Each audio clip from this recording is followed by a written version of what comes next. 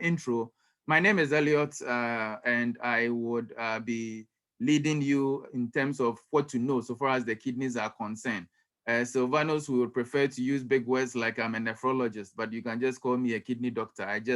I'm a doctor who is just passionate about the kidneys, all right? And whatever knowledge there is to share, I feel that I would be happy to share on whatever platform. And I think you now will be my hands and my feet wherever you find yourself, because we need to push this message out there. Is it social media? Is it on WhatsApp platforms? Is it your local churches? Wherever you find yourself, we want you to be our hand or our eyes or our feet there as Kidney Health International to push out the message. And if we want you to push out the message, then clearly you should have some message to push out, if you understand what I'm saying. So that is basically what we are hoping to do in this back-to-back meeting Saturday. And then we are going to continue actually next Saturday with what we are trying to, like the in-person. I think it will be good also to meet some of you, those who can make it. But again, we'll also try to do it online. So vis-a-vis in-person and then virtual. But it will be great if you can make it to come over to Kumasi for us to interact and meet each other, you know, and break bread. Okay. So having said that, I can move on now. My slide is refusing. Good, it is moving now. All right.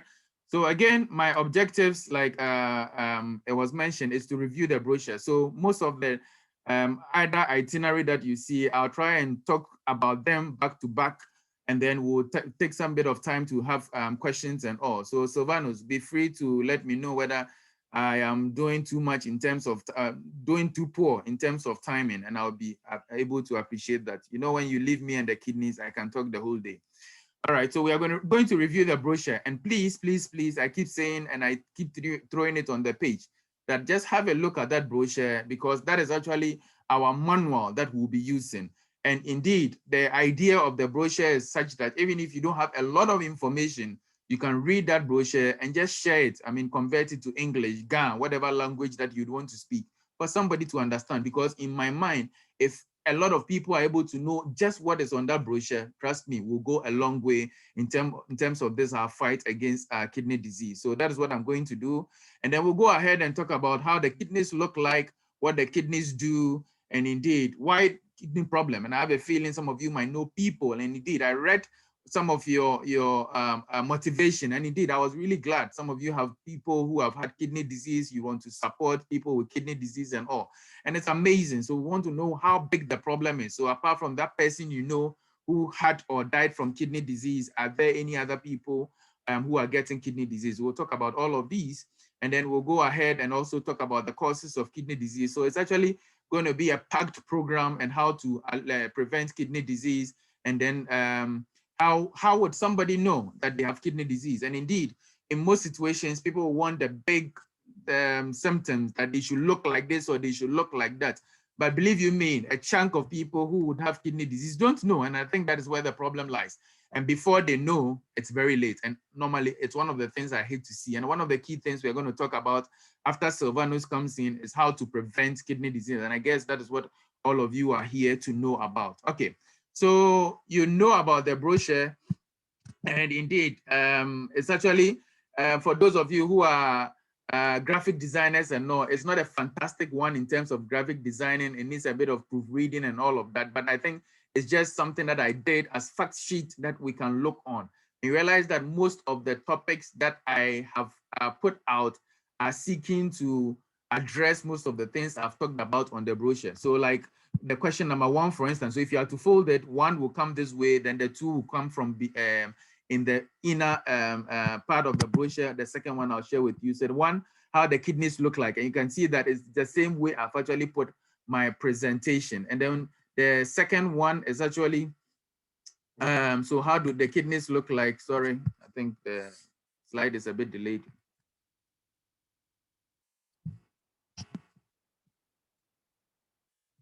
Okay, so the next is what do the kidneys look like? Okay, so we'll talk about all of these basic things. What do they do? How common is kidney disease? So like the burden of kidney disease, and what the causes of kidney disease are. I mean, you might know a few causes, but chances are that there are more causes. So you can see that the major causes, diabetes, hypertension, and this Sometimes big words, sometimes I don't know how to get smaller words, but the point is that there are some things that will go on in the kidney that eventually will destroy them. And that is why it's always key. Those things, you might not know it. Your mother, your parents, or your friends might not know it, but eventually run into some problem one way or the other. So it is always important that you look out for these things, and you know that herbal medication, painkillers, and I'll take my time to talk about herbal medication. So you can see question 8, how does herbal medication cause kidney disease? And the question is, yeah, the answer is yes, it does. And that is why we need to be mindful. It does really cause, herbal medications really do cause kidney disease. So we should be mindful about it. And then how do we screen for kidney disease, diabetes, and hypertension? So these are actually all what this brochure is about. And indeed, if you know it, if you probably could chew it, then you have a lot of information on your hands already to be able to deal with kidney disease. And I guess that is very, very important so far as I am concerned. I'm hearing somebody, Amin is saying he's still not getting sound. I am assuming most of you are getting sound. If you are not getting sound, my assumption is that you may have to come in again and then possibly ensure that your settings are correct. But if it's a general problem, please don't hesitate to let me know. And Sylvanus, maybe help them to see what they can do in terms of the sound. All right, Sylvanus says he's attended to him. Great. Okay, so I think we can move on.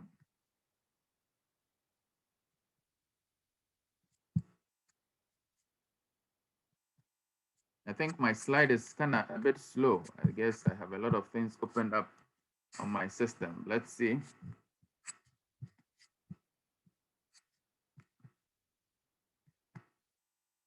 Okay, so as I'm saying, so we should all know so well about the brochure. I think it's very, very important. And if you don't have it, please let me know, and then we'll send it again on the page. All right, so having talked about that, we'll start off by just going straight with some of the things we talked about. That where are the kidneys located? So you can realize that more often than not, when I ask this question during talks and all, most people will point that it is somewhere in their stomach, so to speak.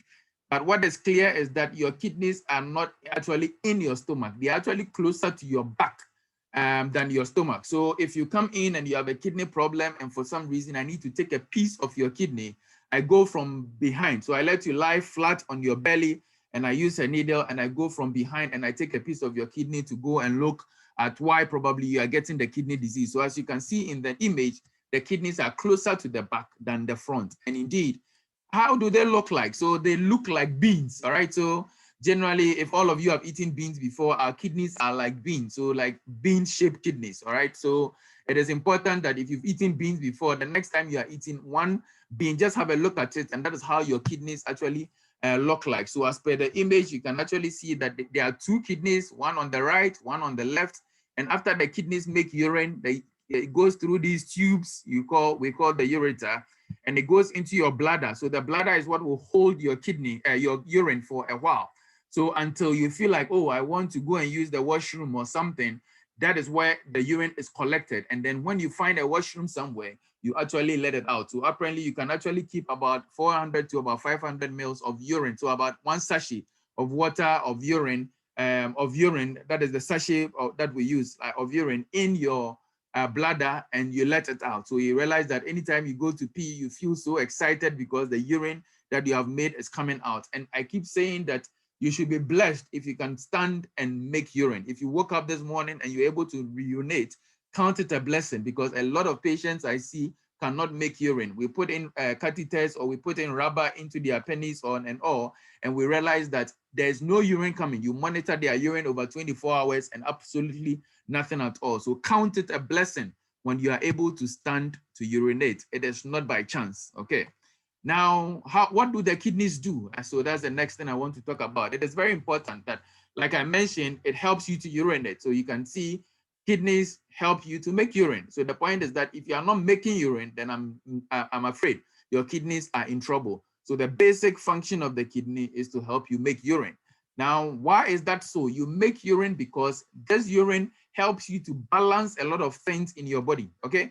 So as you can see that beam balance that I have on the screen, it helps you to balance. So when you are eating, you are drinking, I'm not sure you calculate so much what you are eating, but some way, somehow, your body ensures that everything that needs to be in balance, it's in balance.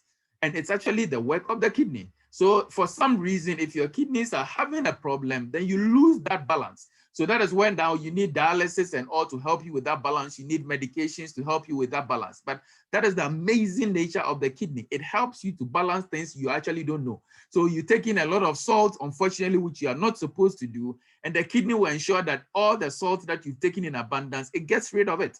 Now, the salt that you are taking, yes, in as much as it's able to get rid of it, you are fine. But if it gets to a point that it's not able to get rid of all the salt that you are taking, then we say your salt intake is too high and your blood is actually, the salt in your blood is high. Sometimes it gives you what we call hypertension or high blood pressure.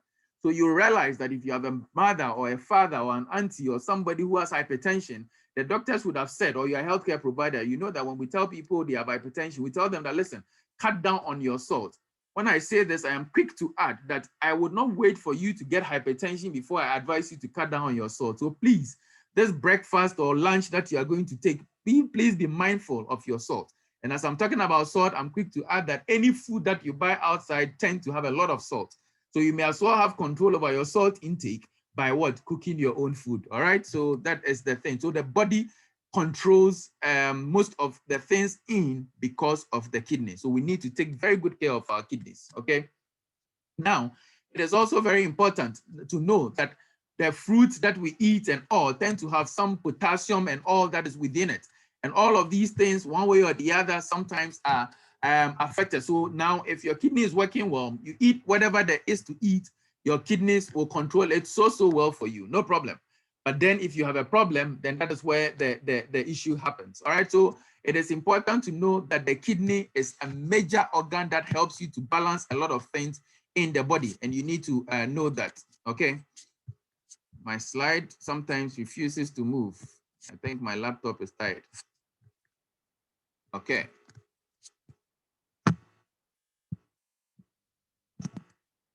Let me try again and reshare my screen.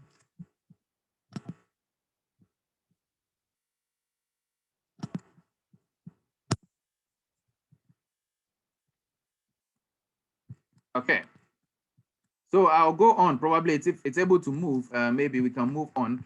But the other things that the kidney does is that it helps us also to control our blood pressure. So like the next slide, you're actually going to see that it helps us to control our blood pressure.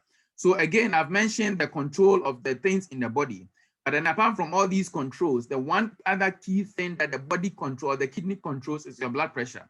Now, when I talk about blood pressure issue, then I mentioned that if you are a healthcare provider on this call, or you are a nurse and you see a young person who has hypertension, it is not okay that, oh, okay, you have hypertension, so continue to take medication, or you have hypertension, all right, so continue on the fidipine, whatever it is that we give. But then if you see a young person with hypertension, the first question you need to ask yourself is that, why is it that this person has hypertension? It is very, very important. Because more often than not, when young people have hypertension, it's actually because of kidney disease, okay? So hypertension is actually one of the things that the kidney controls, and it happens to be one of the major ways by which the body controls the blood pressure.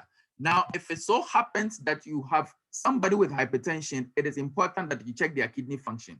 The other thing that the kidney also does is to control how much blood you have in your body. Having said that, you realize that people will come with kidney disease when their blood levels are so low. Indeed, just last Friday, we had a patient whose blood level was as low as 3. If you know a bit about what your blood level is supposed to be, it should hover around, depending on your sex, male or female, you should be having around 12, 13. And the person as a man who should be having around 13 has had it around 3.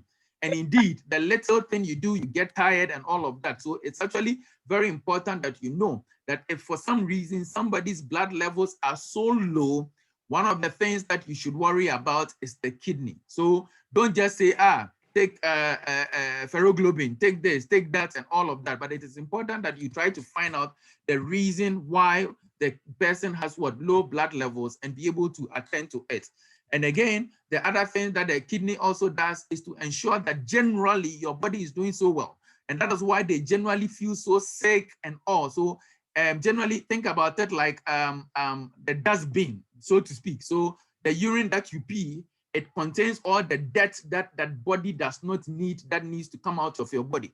And when I say this, then I'm quick to add that that is why I find it very strange that sometimes people sort of, should I say, take in back their urine. So if the urine is something that is not supposed to be part of your body because it has all the dirt in it, why is it that you want to still what?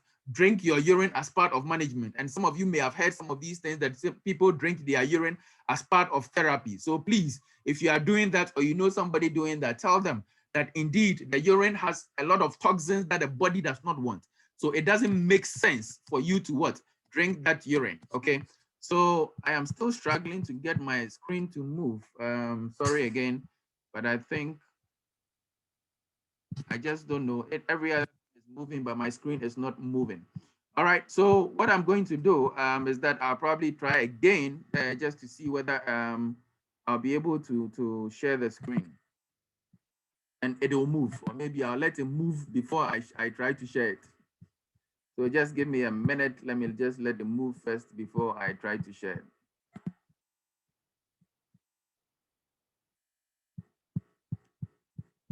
Okay, so I hope you are understanding me very clearly. Okay. I'll just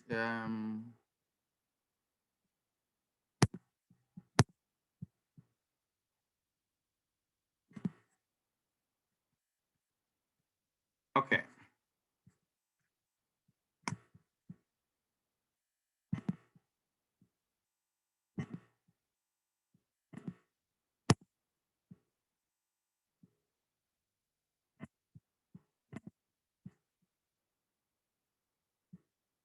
All right, let's try again.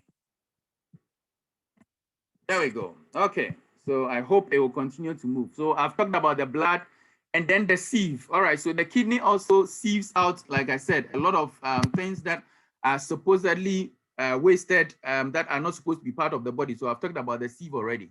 And when your kidney loses its ability to sieve and keep the content that it needs to be in blood and probably maybe spill out the things that it needs to spill out, then the problem is that you sometimes might have things in your urine that your body wants, okay? So sometimes when we check your urine, we'll see that there's protein in your urine, and that actually tells us that the sieving ability of your kidney is in trouble. And if that happens, you actually run into trouble. So that is actually one of the things to be mindful of, okay?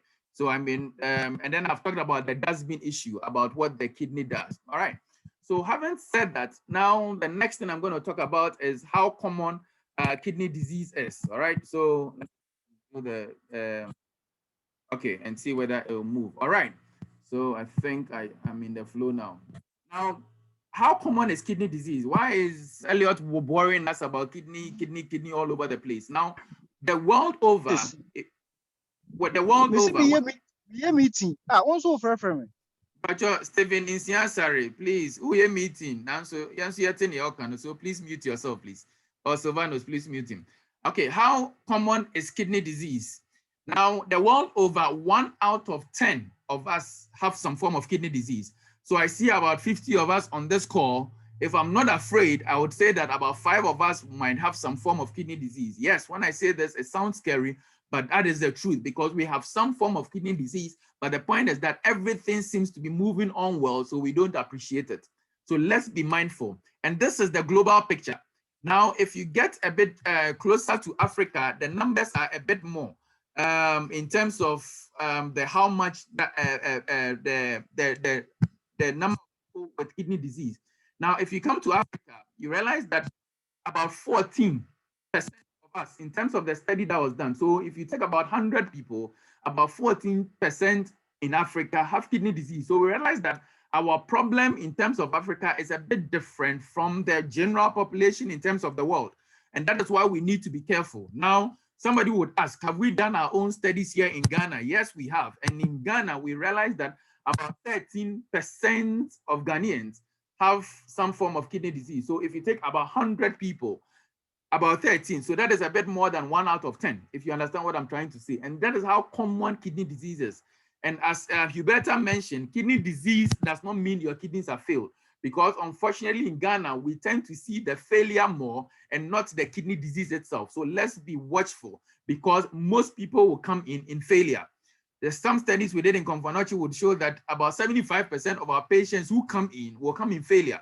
And my worry is that where were these people when they were not in failure? Because when you see them when they are not in failure, that is when you can actually keep managing them. And I think, like Comfort mentioned, I keep saying, you will manage them so well so that they would actually not get into failure. So they might die from something else, not the kidney disease itself. All right. So they can die from something else, maybe COVID, or maybe from a car accident, or maybe from TB, or maybe from something else, but not the kidney disease. And that is why you and I will become relevant in speaking about kidney disease, people to get tested, people to ensure they don't get it, so that eventually we are all healthy. That even if we have a few people getting into failure, then we can make a case for government to sponsor these people. But if we have a lot of people getting kidney failure, then it becomes a problem, because kidney disease is not much of a death sentence, but kidney failure in our part of the world, because majority of people cannot afford dialysis, is a big problem. And I don't want you and I to get there. Is that okay?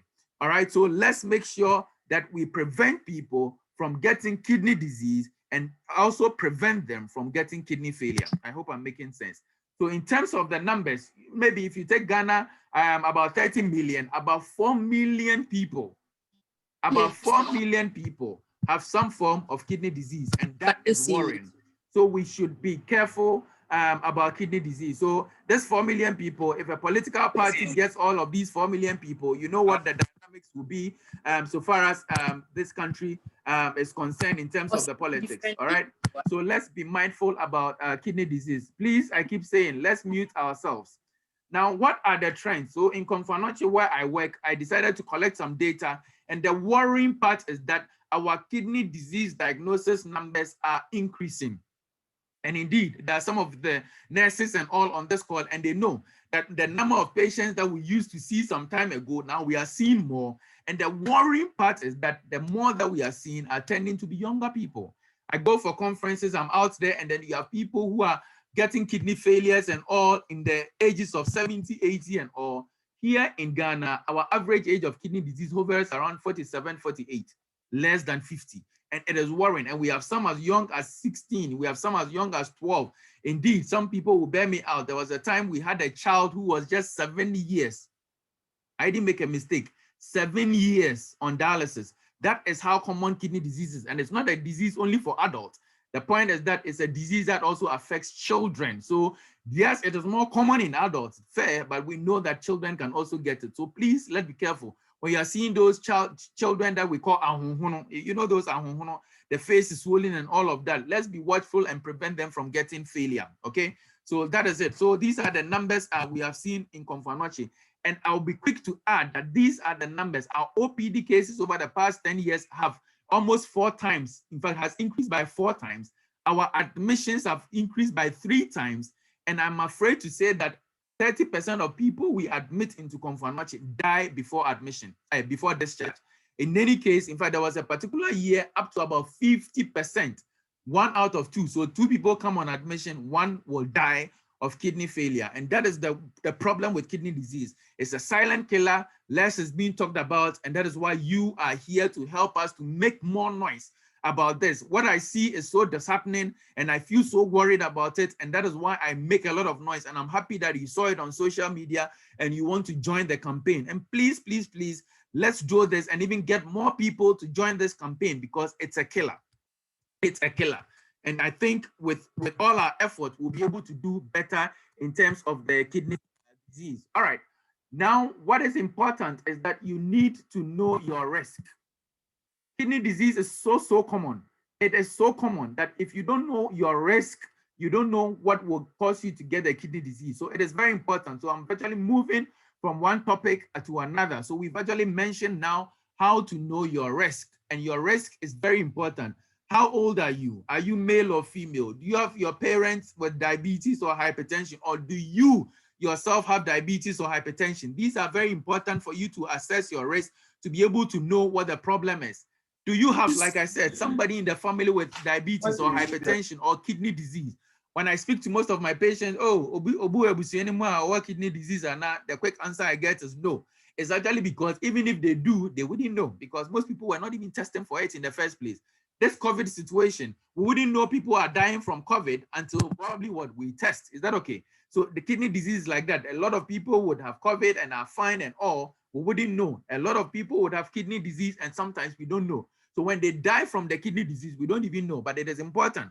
Ask your parents, ask your siblings if there anybody with diabetes, hypertension, or any of these risk factors, or did they have anybody dying whose face was swollen, whose feet was swollen and all. You might be surprised that it probably was diabetes. Now, it is important, like I mentioned, that we know that kidney disease risk varies with age.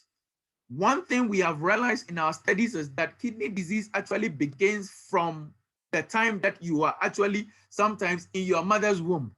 Now, listen, depending on whether you were born premature, depending, hey, Obed, you are disturbing us.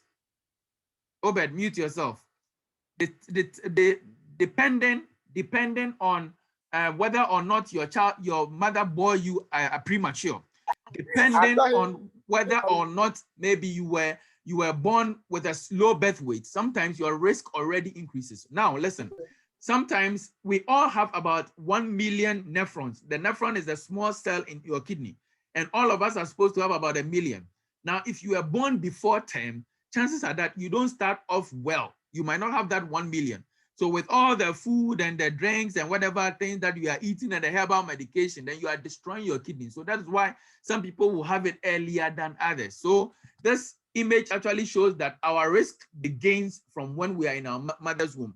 I wrote an article some time ago asking born too soon or too light and kidney disease in Ghana. And again, it's free online. You can actually go onto our website and find it, or even online and also find it, where I mentioned the fact that if you are born premature or you were born with low birth weight, you have a risk of kidney disease. So now, if you don't know what your weight was, give your mom or your dad a call to find out whether your prenatal or your postnatal card is available for you to see what your weight is, because that is a risk of kidney disease. Of course, what we tend to see are when people are getting older and diabetes and hypertension and stuff come into the problem. So then being born, sometimes your kidneys might not be the way we expect them to look. They might look funny. There are people who are born with single kidneys. There are people who are born with what we call horseshoe kidneys. So the two kidneys are actually joined together. In most situations, yes, some of the kidneys might be functional, but at the point in time, they might not be as functional as we wanted. And the one common one, which we call the polycystic kidney, is the one that you should know about because it's actually very common in Ghana. It is where there are fluid-filled spaces in your kidney. So your kidney tend to have some fluid collection in it. When you're about 18, 19, 20, no problems. 30, 34, 35, 40, that is when sometimes it begins to give you problems. So when you know it, we tend to look out for all these other factors so we prevent you from getting failure. So polycystic kidney is actually one of the very common causes of kidney disease, and you should know about that. Now, this image is a far-fetched one I borrowed on the internet, and the huge things you are seeing are actually somebody's kidney. So one kidney there, one kidney there, and they can be as big as that. You find the surgeon standing behind, and that actually shows how big they are. So those patients will come with very big abdomen or big, what do you call stomach, but abdomen. And this kidney now has these fluid-filled spaces in there. We call polycystic kidney, and it's very, very common. Now, the question is that what other risk factors are there? Have you had diarrhea before? Have you vomited before? Have you walked in hot sun and been sweating and all of that, losing a lot of fluids and not drinking a lot of water? All of these things, have you had malaria before? All of these things increase your risk of acute kidney injury, and in the long run will sometimes give you kidney disease. And you see why kidney disease is more common than we think, because we get all of these things, but our kidneys are strong enough that they are able to, weather the storm and keep us healthy. But how strong are your kidneys? If your kidneys are not that strong to have weathered the storm, then you run into all sort of trouble. So that is why we need to be careful.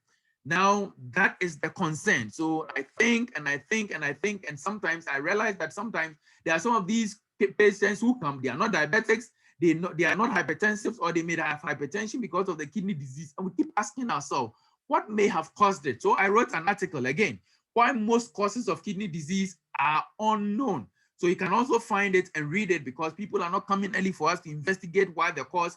People are not coming early for us to know what the reasons are. People may have been born with low birth weight or have had issues maybe with prematurity and all, and sometimes they don't know. And that is why it is still open for us to go out there and try and find out and screen people. And of course, whatever the reason for which they've gotten the disease, we prevent it from getting worse. I hope you are with me. Now, the common ones that we all know about is hypertension. Now, when you talk about hypertension, it's like the chicken and the egg situation. You know, when they are standing in the queue, they keep asking, I was here before you, back off, because now the problem is that if somebody has kidney disease and hypertension, we are actually not sure which one came first. Is it the hypertension or the kidney disease? I have mentioned to you earlier that kidney disease can cause hypertension. Why? Because it's the kidney that helps you to control blood pressure. So now the point is that if I see somebody with kidney disease, I know the blood pressure will be difficult to control because now the kidney has lost its job of controlling your blood pressure. You know the beam balance that I showed you and the things that I talked about. Good, if you still remember. Now is the same way when somebody also has hypertension, it can also destroy the kidneys. So it's like the chicken and egg situation. Again, I wrote an article. In fact, I actually shared it on the WhatsApp page, Hypertension and Kidney Disease in Ghana, where I try to link the different or the interrelation between kidney disease and hypertension. And that's why I'm an advocate for hypertension also, because if we control hypertension, chances are that we'll control kidney disease. And it's amazing to know that about 25% of our population has hypertension. And indeed, when we did our May measurement month, we have about 30% of our people getting hypertension. So people who come and just checking up their blood pressures in KJTI, we just went to churches and all of that. We know that about 1/3 of people have hypertension. It is very common. If you've not checked your blood pressure before, make time to please check your blood pressure. Diabetes is also another common thing that will cause kidney disease. So when we're talking about kidney disease and its causes, we should bear in mind that this actually causes kidney disease. And it's actually very, very important you know this. And again, I wrote an article about kidney disease and diabetes. And diabetes the world over is the #1 cause of kidney disease. In our world, it happens to be the number two cause of kidney disease. So diabetes is one thing that I'm also again passionate about. So Kidney Health International in November, we went to do free diabetes screening for the people of Mpasetia, where we're able to find those who are diabetics and of course blood pressures and all we measured in addition. And we have been doing this for the past 2 years, and we continue to do it this year also. COVID or no COVID, all of these things are there. And you know that whether or not there is COVID, diabetes happens to be one of the reasons why you die quicker from your COVID situation. So let's be mindful. So now a sieve issue, like I mentioned. So now the question is that when somebody has gets diabetes, now how does the kidney disease, how does it show? Now the problem is that it's not every patient who has diabetes that will show, who has kidney disease, sorry, that will show. But in situations where their sieve is not working, sometimes these are the things you see. So I borrowed again this on the internet. Now what I'm trying to show here is that when the sieve is not working, it tends to, there's a problem that we call chronic glomerulonephritis. It's a mouthful. You don't need to know it. But on your brochure, I mentioned as the chronic inflammation of the kidney. So you have young people who come and they are leaking a lot of protein in their urine because of this problem. Now the sieve is not working. So protein goes into their urine. So they have a lot of protein in their urine and their face begins to swell. Their feet begin to swell. And in time, it destroys their kidneys. All right. So we need to be mindful that this is actually one of the common causes of kidney disease that we believe in Ghana as of now. So we should be very, very careful about these people with facial swelling. So if you have a child, you have an adult, and you see the face swelling like this, maybe not as dramatic as this, but you realize that that place is full, please be worried about kidney disease. All right. And the painkillers, you know them. People are abusing painkillers all over the place. Brufen, diclofenac, naproxen, all of those things. I mean, they also, mind you, I'm telling you, they also affect the kidneys. Again, we wrote an article about kidney disease and medication. So we've done this paper again. Let me just come back quickly about the fact that when you take a lot of medications, even including some medications that we doctors write, can cause diseases. And the common one are the painkillers. There are a few more common examples that we can also talk about. But at least if you are to hammer painkillers, it's fine with me. When you are talking to an older person, the 50s, 60s, they have all their joint pains and their back pains and all of those things, you let them know that when they abuse these painkillers, eventually it can give them kidney disease. Good herbal medication. Yes, herbal medication. Yes, is the way to go. It is the magic wand for COVID. It is the magic wand for everything. Herbal medication can cure fibroid. Herbal medication can cure poverty. Herbal medication can cure In fact, I'm not sure what herbal medication does not cure in this part of the world. But then the problem is that they make you think that herbal medications are all in all. They let every hernia disappear, and they know it is not true, but it's business for some people. So if you are talking to them, let's tell them that, listen, herbal medication, we have a lot of evidence that it can cause kidney disease.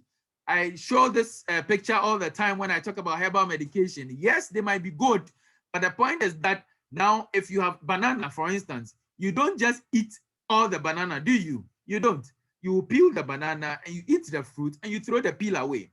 Now, if they are saying herbal medication is safe because it is natural, then my big question is that the banana fruit, the peel is also natural. So if the peel is natural, then you should be chewing the peel also, but we don't chew the peel. Why? Because we don't think the peel is good for us. So the question is that it's not everything that is natural that is safe. So there are some things that are natural, but they are not safe. So please, please, please be mindful. They can sell all the herbal medication to you for whatever reason. Don't probably just buy it because they say they are natural, and they add a bit of religion to it, and all of that, and they buy you into it, and you buy it and you drink it, and sometimes it affects the kidney. So when you are talking to your people, tell them that natural does not always mean safe.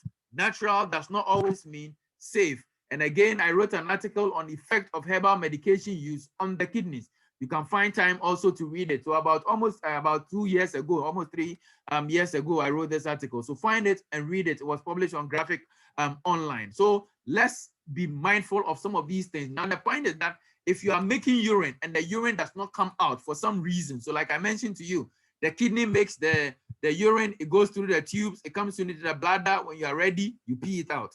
If for some reason it collects and it is not passing through, so you have some blockage anywhere, then this is what you see. You realize that your ureter now becomes very big and there's backflow into the kidney and it destroys the kidney. So the men who are older than 40, 50 and all, who sometimes when they are peeing, it doesn't come, prostate issues, sometimes can get kidney disease. So let's be mindful, okay? And then again, the women who get cervical cancer or huge fibroids and all, or kidney stones sometimes can also affect the kidney. So let's be mindful.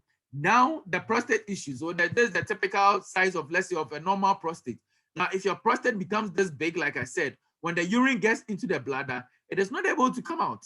So if the urine stays, now it comes back into the ureters and eventually it gets into your kidney and it destroys the kidney. So tell them, most of the men, the moment you ask them about their urination problems, they deny it because they know your next thing is that you are going to put the catheters in them and all of that, which they abhor. They don't like it.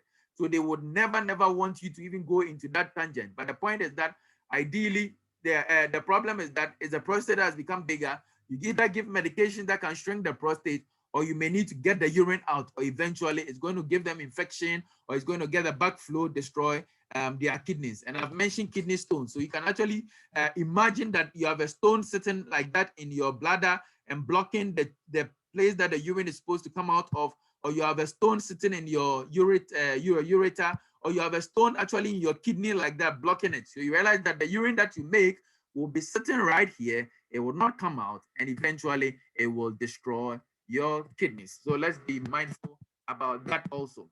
Now, obesity. You can see the man, the way he's chewing, he's trying to bite that burger, right? Now, obesity. Now, obesity is a big problem in Ghana. Alcohol intake, all of these things have been associated with what? Kidney disease. And I think that there's, again, an article I wrote. This was Graphic Online. Obesity and kidney disease in Ghana. Again, trying to hammer the fact that, oh, yeah, it has repercussions. It has repercussions on diabetes. It has repercussions on the hypertension, on your kidneys, and you should know it directly, it can affect your kidneys. Indirectly, it can cause diabetes, hypertension, and affect your kidneys. So please, let's be on the lookout. Alcohol. Moderate intake of alcohol, I don't have a problem. Excessive intake of alcohol, big problem, because it can affect your kidneys, it can affect your heart, and eventually affect your liver, and again, affect your kidneys. So let's be mindful. When people have heart problems, it can also affect the kidneys. When they have liver problems, so when the alcohol destroys your liver, or your HIV affects your liver, or your herbal medication affects your liver, eventually it can affect your kidneys also. So I've mentioned HIV already, so I'll go on. We all know hepatitis as a thing that causes liver problems, right? Fantastic, you're right.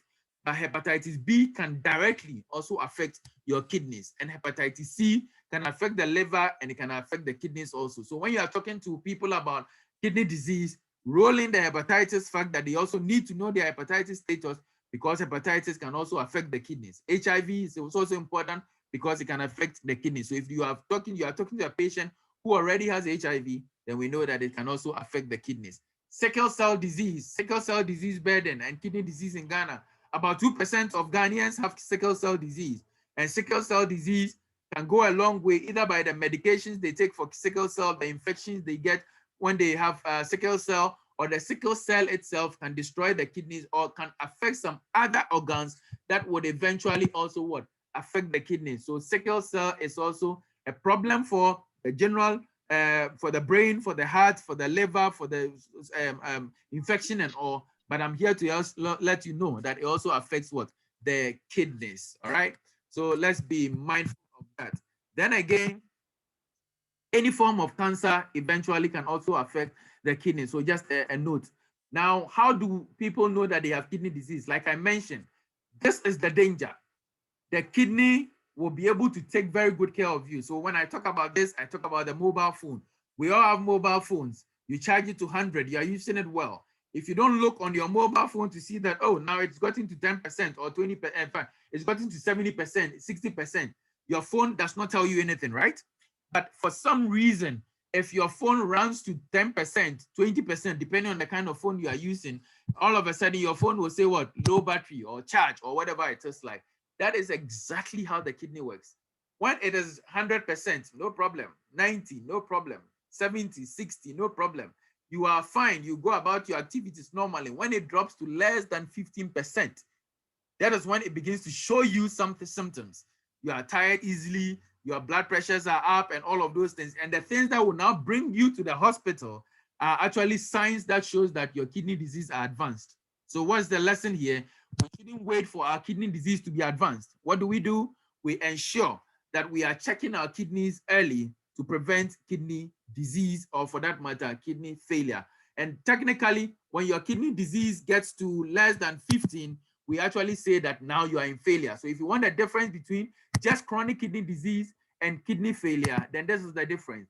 Chronic kidney disease is a spectrum from, let's say, less than 60% all the way up to about 15%. If it is less than 15%, for which now you don't have an option, but you need to be on dialysis, then we say your kidneys have failed. What it means is that now it cannot take care of you anymore. But all along, when it was 30%, or when it was 60%, or when it was 55%, it was taking care of you. So that is the disease spectrum. But then when it drops to less than 15%, then we say it has failed.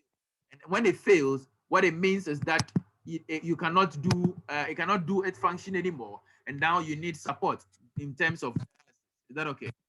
Right. Now, when we don't see that, then what do we see?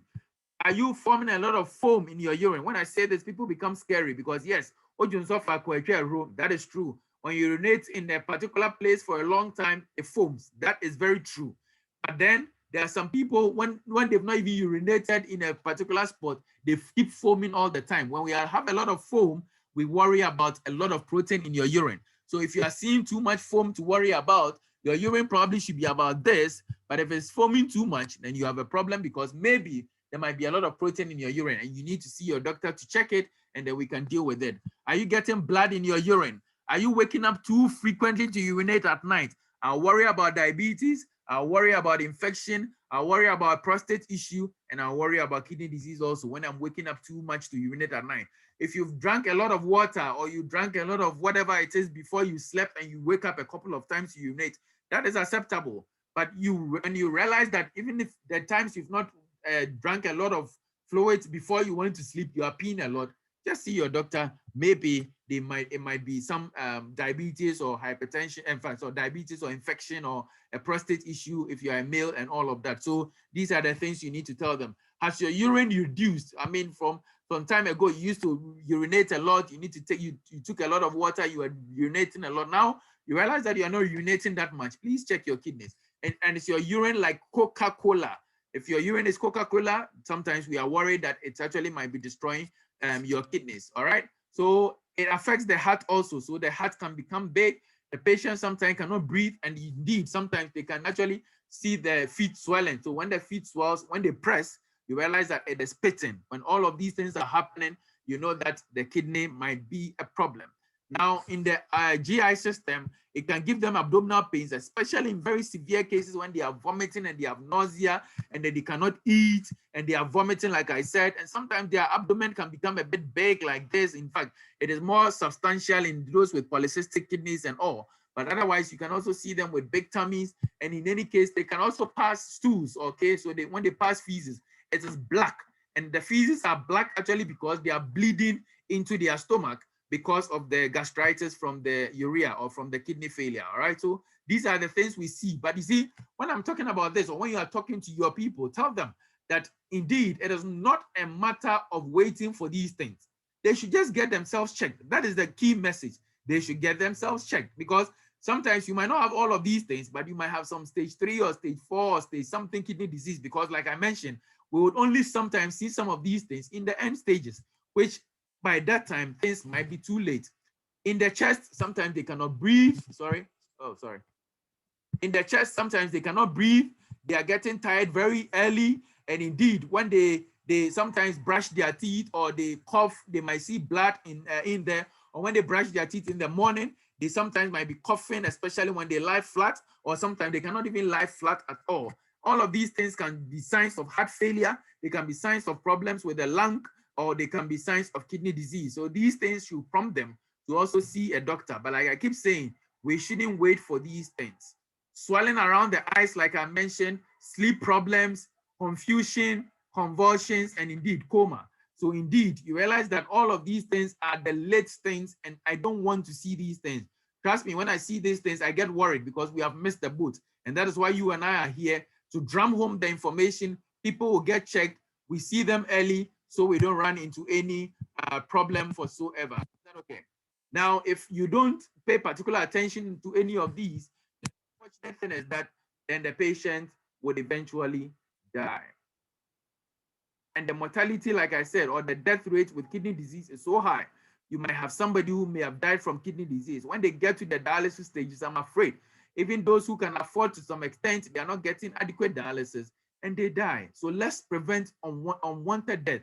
And the problem I see is that the people who are dying from kidney disease are young, 23, 24, 36, 41, and so on and so forth. It's so disheartening. Are you scared? Are you scared?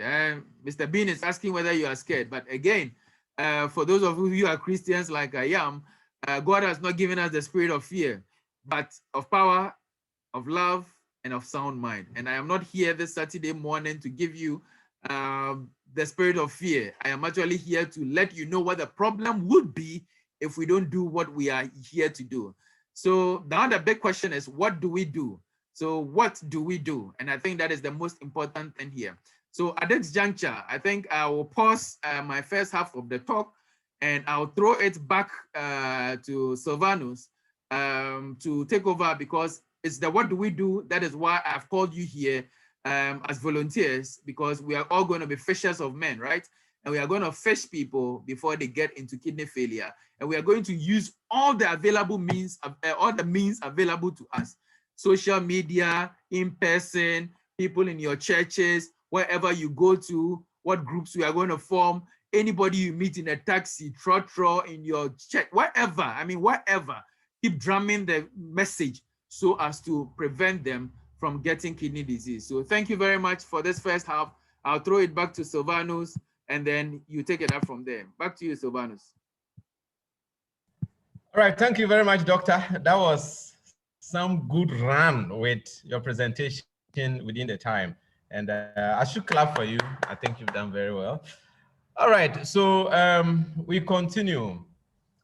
Now we have some 49 or so people. You keep coming in and out. Please stick and stay with us so that you don't miss anything, because you are here to learn so you can go and teach other people. So we expect you to stay with us through and through to the end so that you can grasp exactly what it is that we want to understand. And also, some of you do not have your name.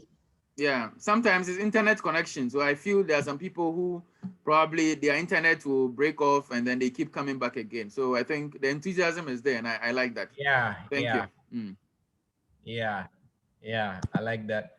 Emma says she's scared. Emma is actually the daughter of my cousin. I've not seen her for over a decade now, only to know she's here. Okay, so good to see you all here.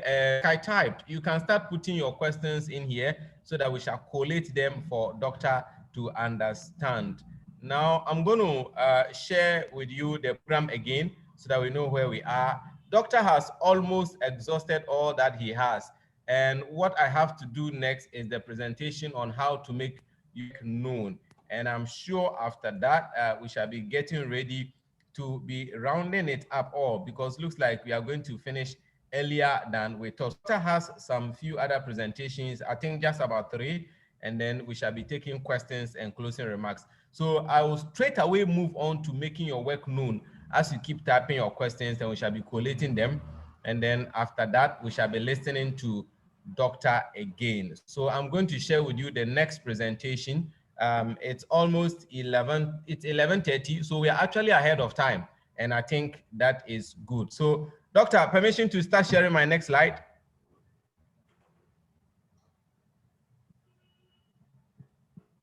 Hello, doc.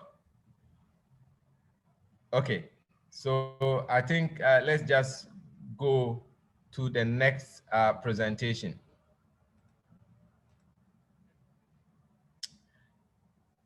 Please, my screen.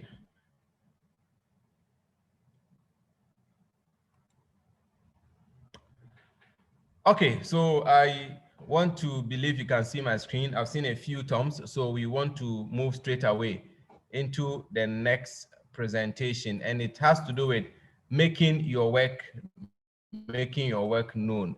Since you are going to go out there to be talking to people and to be educating them, how do you make your work known? How do people get to hear of what we are doing at Kidney Health International? And that is my next presentation. So making your work known, making your work known, making your work known. Now, my name is Silvanos, and I think we've interacted from the beginning. If you just join us, this is the training of the volunteers who have actually opted to be part of our volunteers to join our team to help known how to prevent kidney disease in Ghana and beyond. So straight away, making your work known is what I'm going to be presenting to you now. Of course, my name is Silvanos. I am with the Kidney Health International. So straight away to the next slide. This is what we are going to be doing. Our objective for part of the presentation is that at the end of this presentation, you are expected to know how to carry yourself as an ambassador of the Kidney Health International. That is what we are expecting at the end of this particular slide, that you get to know how to carry yourself as an ambassador of Kidney Health International. You also know how to make your work known on social media and other platforms. That is the aim of this particular presentation.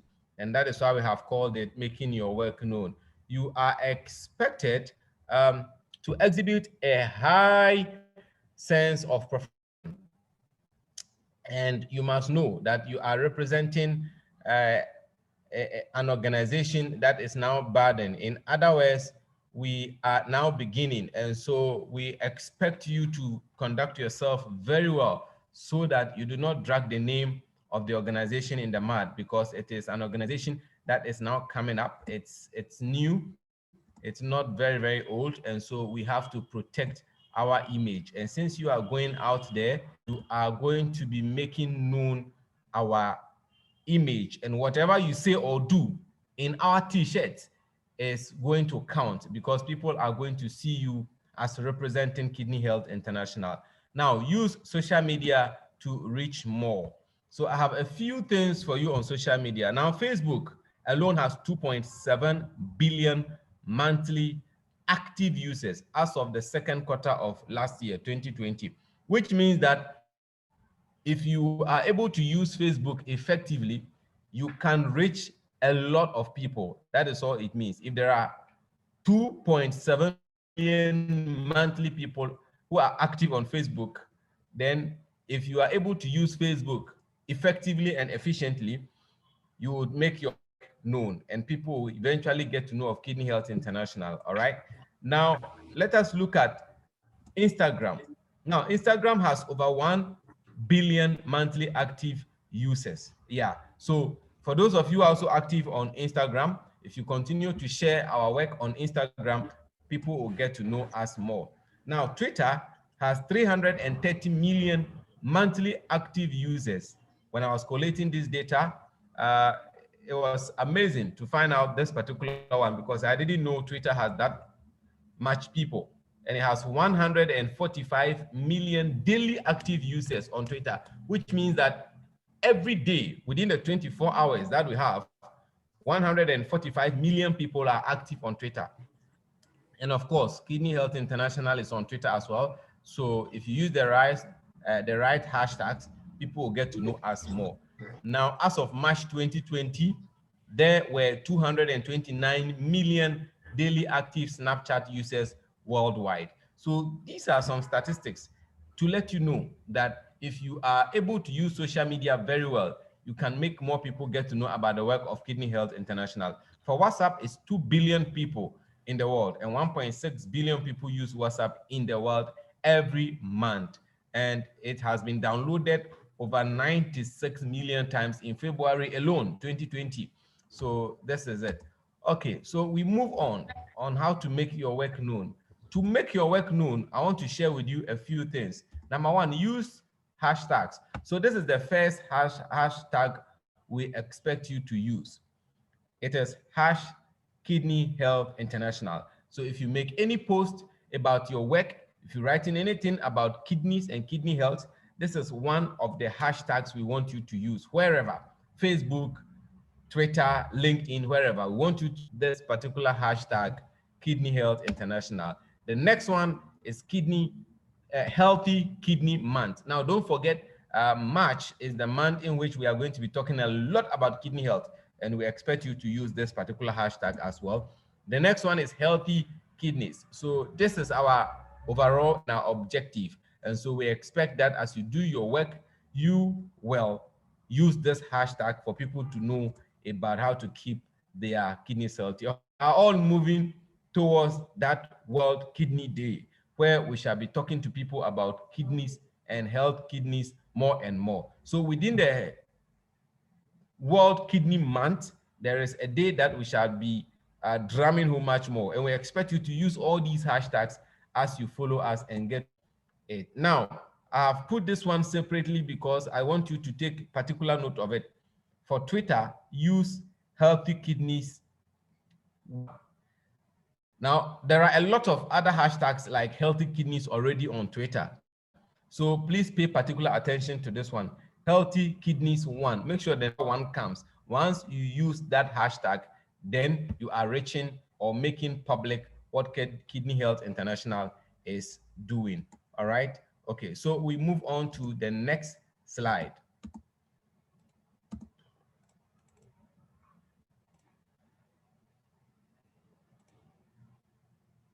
Now, to make your work known as well, make sure you are posting pictures. Make sure you are posting pictures. Make sure you are posting pictures. Make sure you are posting pictures of whatever you do. Okay, make sure you are posting pictures. Now, post pictures of activities, such as this one. What is it that you are doing? Are you giving a talk? Are you organizing some screening exercise in your own small way somewhere? Are you, whatever it is that you are doing? And then the second picture says audience. Yes, when people are seated, it's beautiful to capture a picture of the people you are talking to, the people you are educating, whatever it is you're doing. Make sure you share pictures of your activities, make sure you share pictures of your audience, and make sure you share pictures of your presentation. So that is Dr. Elliot speaking to people at Mpasetia last year, November. What is more, to make your work known, use captivating, catching phrases. Make sure the phrases you are writing and adding to your pictures are catchy. There are things that when people see, they want to know more. For example, did you know a simple act as drinking enough water can help to keep your kidneys healthy? This is something as simple as it is, but even though it's that simple, many people don't know, and it will catch their attention to know that something as simple as drinking enough water will help to keep their kidneys healthy. And this one, your kidneys work together, stay together, and go down together, keep them healthy. Many people think that, and we've all heard this before, it's just a perception. People think that when your one kidney goes down, the other one should be working. Now, like doctor said, the day you start showing certain signs that he talked about, it means that you have missed the boat. I'm trying to borrow his words. So you don't want to miss the boat. And so know this and remember that your kidneys work together. It's just a message. If your kidneys represent the battery in your body, do you know their current percentage of power? Doctor already mentioned this as well. So these are simple phrases. These are examples of phrases you can also use. This one says, we are already in the second month. Have you checked your kidneys? Just to make people remember that they are supposed to be checking their kidneys every now and then to be sure. Now, the next one I want to share with you on making your work known is that be a good brand ambassador. As you are going to be wearing our t-shirt, going out there to be talking in the name of Kidney Health International, you are automatically an ambassador of the Kidney Health International, and you have to be a good one. You have to represent us and represent us well, wherever it is that you are going to be talking to people about how to keep their kidneys healthy. Now, a brand ambassador is someone who represents a brand in a positive way. So that's exactly what you are going to be doing, and we expect you to do your work and do it very, very well. Be interesting on social media. It is the best place to sell brands. So like I first said, there are billions of people on social media, and it's the best place to sell a brand. People have been arrested for committing crime because their crime was shared on social media. People have lost their jobs because they did not handle customers well, and it was shown on social media. Social media gets results, and if you are going to be using it to make our work public, we expect that to be interesting. Okay. Now, build followers and engagement. So make sure that you are engaging people, and make sure you are building followers on social media who will follow you because of your advocacy for healthy kidneys. And then demonstrate your knowledge. Whatever doctor is going to be teaching us, make sure you learn and learn very well so that when you are talking, you know exactly what you are talking about. I'm just about bringing it to an end, and then we shall get back to doctor. Thank you very much. And this is it. So I just came to share with you how to be a good ambassador of Health International, how to make your work known, make sure you are sharing your work, make sure you are using the right hashtags, and make sure that as you go out there, you get to let people know exactly what we are talking about. And I want to put on my slide and share with you again the hashtags. So make sure you remember all these hashtags that I shared with you. And I'm going back to the hashtags as I bring it to an end. The first one is Kidney Health International. The second one is Healthy Kidney Month. The next one is Healthy Kidneys, World Kidney Day. And then this is for Twitter, Healthy Kidneys 1. At this point, I bring my presentation to an end, and we shall be going back to Doctor. Hello, Doc. Yeah, Silvanus. So we are having a number of questions, and we shall be taking them one by one. Hello, Doc. Yeah, I can hear you. All right. So I have just brought to an end making your work known, and I think we are going back to you now. Okay. So it'll be great if you moderate the questions. So you can just read them in the chat box, and then we can address them the best we can. Yeah. Okay, so we are going to start with the very first question. And the first one is from Sechi Brown Reginald, who says, what is the cost implication for patients on dialysis? And then 2, at what point does transplant come in? All right. So in fact, thank you very much for the questions. And again, keep throwing your questions in there. If there's anything I said that you didn't understand, I mean, just throw it in there. I'll be happy. I'll be extremely happy to address it.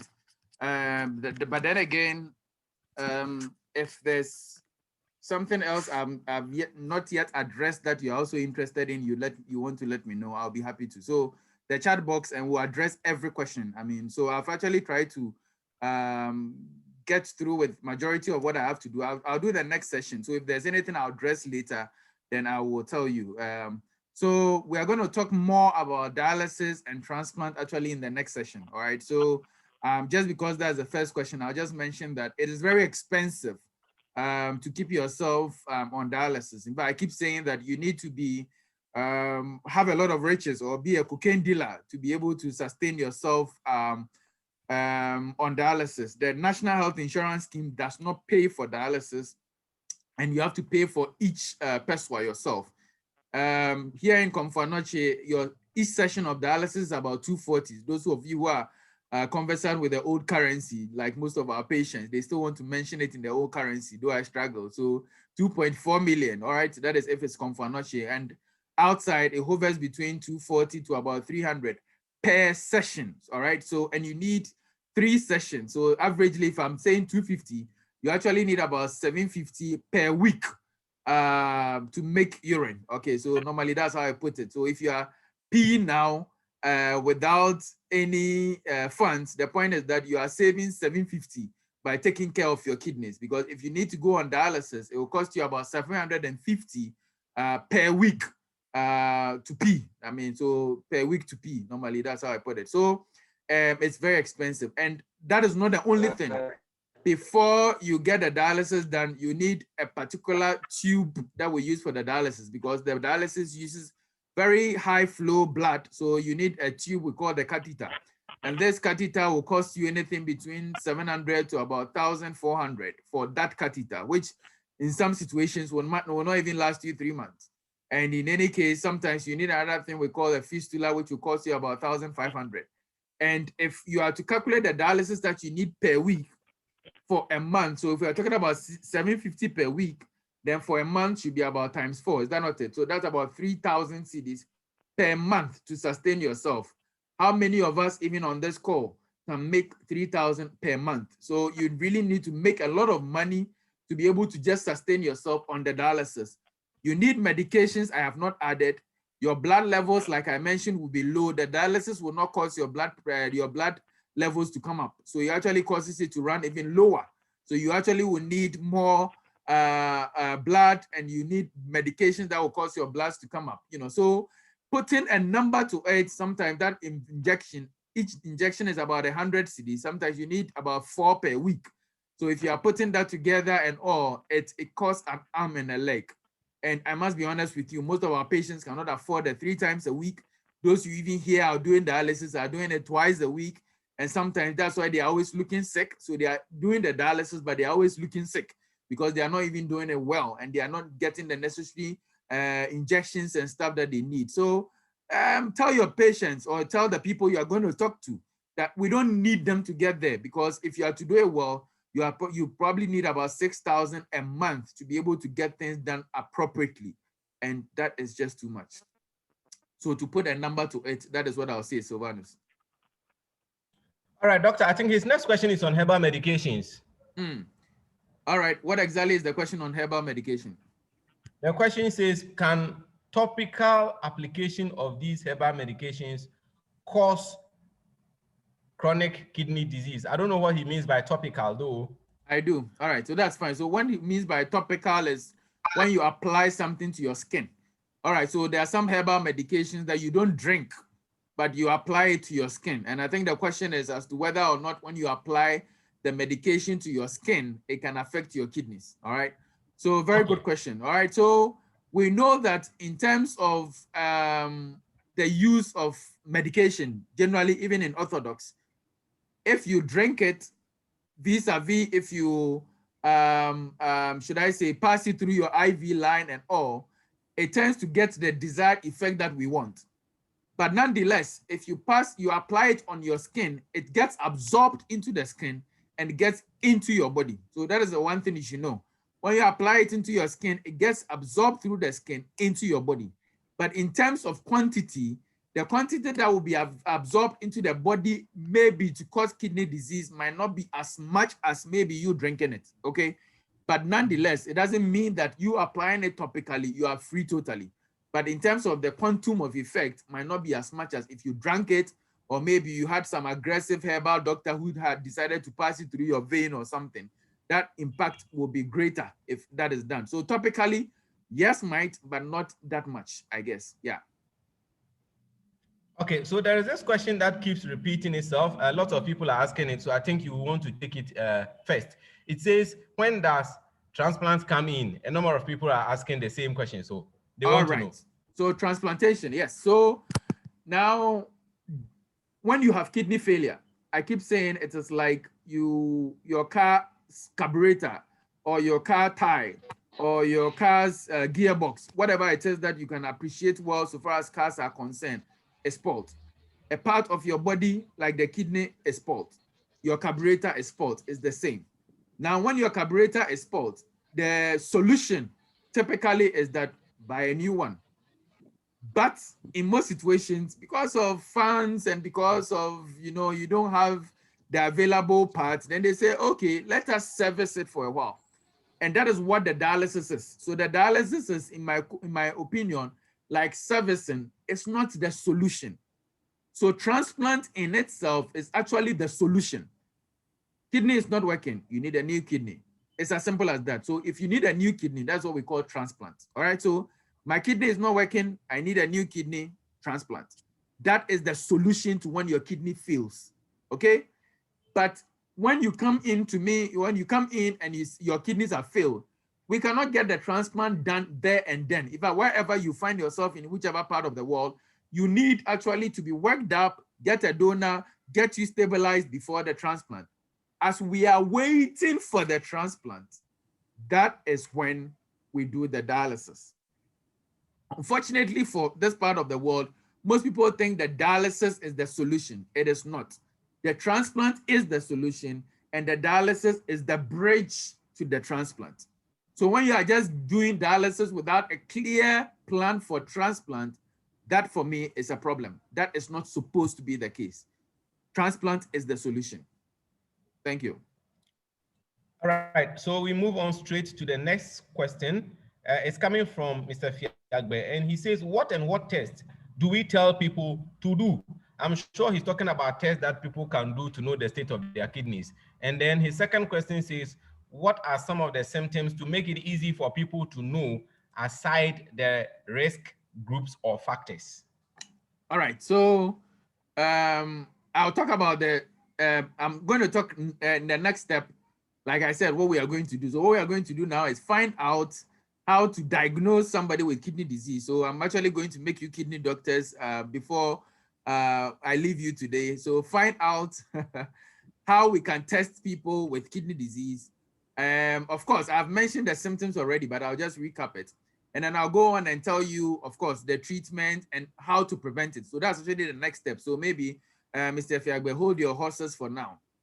But I think what I'll quickly mention is the fact that the symptoms, one, again, don't wait for symptoms. I'll keep hammering it. Your symptoms are like your mobile phone. Don't wait for symptoms. But in any case, when you are to get symptoms, some of the things that we see are the things that I highlighted. I don't know, maybe as I recap, I'll probably go on to the slides. But the point is that I use the mobile phone analogy to let you know that don't wait. Symptoms will come in only when they are late. And I want to hammer this more. Some of the symptoms that you see are that your face can be swollen, your feet can be swollen, your in and around your eyes can be swollen, you can get tired easily. Any little thing that you do, you get tired because your blood levels are low. You might have palpitation because of the blood pressure that is high or because of your blood levels that are low. You are not able to pass enough urine, or you are peeing frequently at night, like I mentioned, or you might pass urine that has some blood in it and all of those things. So these are some of the symptoms. When I talk about symptoms, I'm really very, very careful because I don't want you to get into, okay, let's wait first before we test. Because the whole idea is we don't want to wait to get there. So that is why I don't normally hammer into the symptoms. When I talk about symptoms, I talk about my MBA mate of mine who we started off, doing our MBA. He was well and all. And unfortunately, now he just told me that when he comes to class anytime, he feels like he's tired and all. That was the only thing he mentioned. So in fact, at the first instant, I actually told him that, come on, it's after 6 class and we have all gone to work and we are all tired. So if you are tired, it's fine. He was like, no, doc, before 10 o'clock, 11 in the morning, I'm tired. And then I just looked under his eye and I realized he was pale. And I was like, oh, he should meet me in Confanochi. Let's try and see what is going on. I did his test. I measured his blood pressure the first, and the blood pressure was in the roofs. And then he admitted, oh, he had hypertension, but he has not been careful about his medication. When I investigated further, I'm afraid his kidney functions had dropped to 6%, and he was virtually in failure. Unfortunately for him, he could not afford dialysis, and before we could finish a 2-year program of MBA, we had lost him. So I am very careful again when I'm talking about symptoms. This advocacy is not about waiting for symptoms. This advocacy is about letting people be conscientized to check so they don't find symptoms. But nonetheless, in case they see some of the symptoms I've talked about, yes, it's one way to go. But I keep hammering, let's not wait for the symptoms, okay? So having said that, I guess maybe we can take just one more question, but otherwise, I'll zoom into my second part because I think most of their questions are now into most of the things I'm going to talk about in the second part. And then I think we can get going. If the moderator allows me. Let me drink my water. I hope you have drank your water this morning. Okay, so as you drink your water, I would plead with you to answer this last one, which is actually asking for how many liters of water is enough for a day to keep our kidneys healthy. That's a good question for the water part, right? All right. Yeah. So very good question. And I love this question. I'm actually going to talk about it in the prevention part. All right. But since it's been asked, let me hit it. And since it was asked when I was drinking water, I cannot run away from it. All right. So ideally, your urine should give you a fair idea of as to whether or not you are drinking enough. I'll take this again. Ideally, your urine is the best way to let you know whether or not you are drinking enough. When you pass urine and your urine is dark, your urine is very yellow, or your urine, in my opinion, has a color, it actually tells me you are not drinking enough. On the other hand, when you pass urine and your urine is as close to the water you are drinking, then maybe you are drinking enough. So i.e. that water I drank is colorless. It virtually has no color. So if you are drinking enough, your urine should also not have color. So it should be as clear as water. Having said that, averagely, if the weather is not too hot, if you drink about 5 to 6 of this, in my opinion, that is fantastic. That is great. If you are drinking about 5 or 6 of this, if it's a sachet, it's the same. On the other hand, if the weather is kind of very hot for which you are sweating a lot, sometimes you maybe need to drink more. If you probably are in some place now, maybe it's winter and the weather is so cold and you are probably drinking maybe about 3 or 2 of this, that is fine because you are not sweating and maybe about 3 of this should be fine. Is that okay? Or maybe the sachet, maybe about 3 or 4 should be fine. But my advice to most of my patients is that let's aim to be drinking about 6 of this a day. If you can, that would be great. If you cannot hit it, about 5 will be great. One numunsiokra, if you are not able to drink at all, quarter, today I didn't drink water at all. It shouldn't be about 4 or this, or the sachet about 4. But I'll push you to drink about 6, ideally. Thank you. Doctor, I think we are done now. Somebody's asking green tea. I don't know how that comes in. I'll talk more about these things as I get into the prevention. Great. All right. So you can take over now and move into the next presentation. All right. Thank you very much. So let me continue to So Victor, just be patient. Doctor will be addressing your green tea issue. Yes. All right. So I think Silvanus made it very clear, and I'll just quickly add my voice from where I left off, that it is very important that we use the resources available to us. Instagram, Facebook, Twitter, you name it, WhatsApp, your status. If you're updating your status every day with some information, and I know there are some graphic designers who are part of us, and we'll throw it to them. They can design nice flyers for us. Then we can all decide to share, we decide each day to share a particular one, and we share it across, to synchronize our efforts. I think that would also be great. There are some that I try to design myself. I am not a good graphic designer, but I manage to just put something there just because of the passion to get things rolling. So I think it is extremely important that we use the available resources. And again, get on, and like Silvanus mentioned, use catchy phrases and hashtag us, and what do you call it? Hashtag all the hashtag, and you can tag me in, tag Silvanus, tag Kidney Health International in, and all. And I think we can also follow your work, so we can also talk about the things that we are doing. So you are welcome to do that. So thank you very much. All right. So now, the first thing to talk about in terms of prevention is to assess your risk. I mentioned something about assessing your risk, and I wrote this article that know your numbers. Advise your people who you are speaking to know what their blood pressure is. I don't think it is harmful to know what your blood pressure is. Know what your weight is. So when you are gaining weight, you will know. In fact, I was telling my staff that for the past, from the lockdown into the Christmas festivities and all, I've gained some 3 or so kilos. And because of that, all of a sudden, I've started increasing my walk. And you realize that most of our phones have this app that is able to tell you how much you have actually walked in a day. And indeed, I actually really use them. So if I realize that in a particular day, today, for instance, all I have done is try to prepare for this meeting, and I've actually not gone out. So I check my phone, and probably I would have walked only some 200 or so steps. And my target is to walk about 6,000 or 7,000 steps a day. Do these things sometimes to guide yourself. If your weight is going up, check it. So know your numbers, have a happy medical birthday, I call it.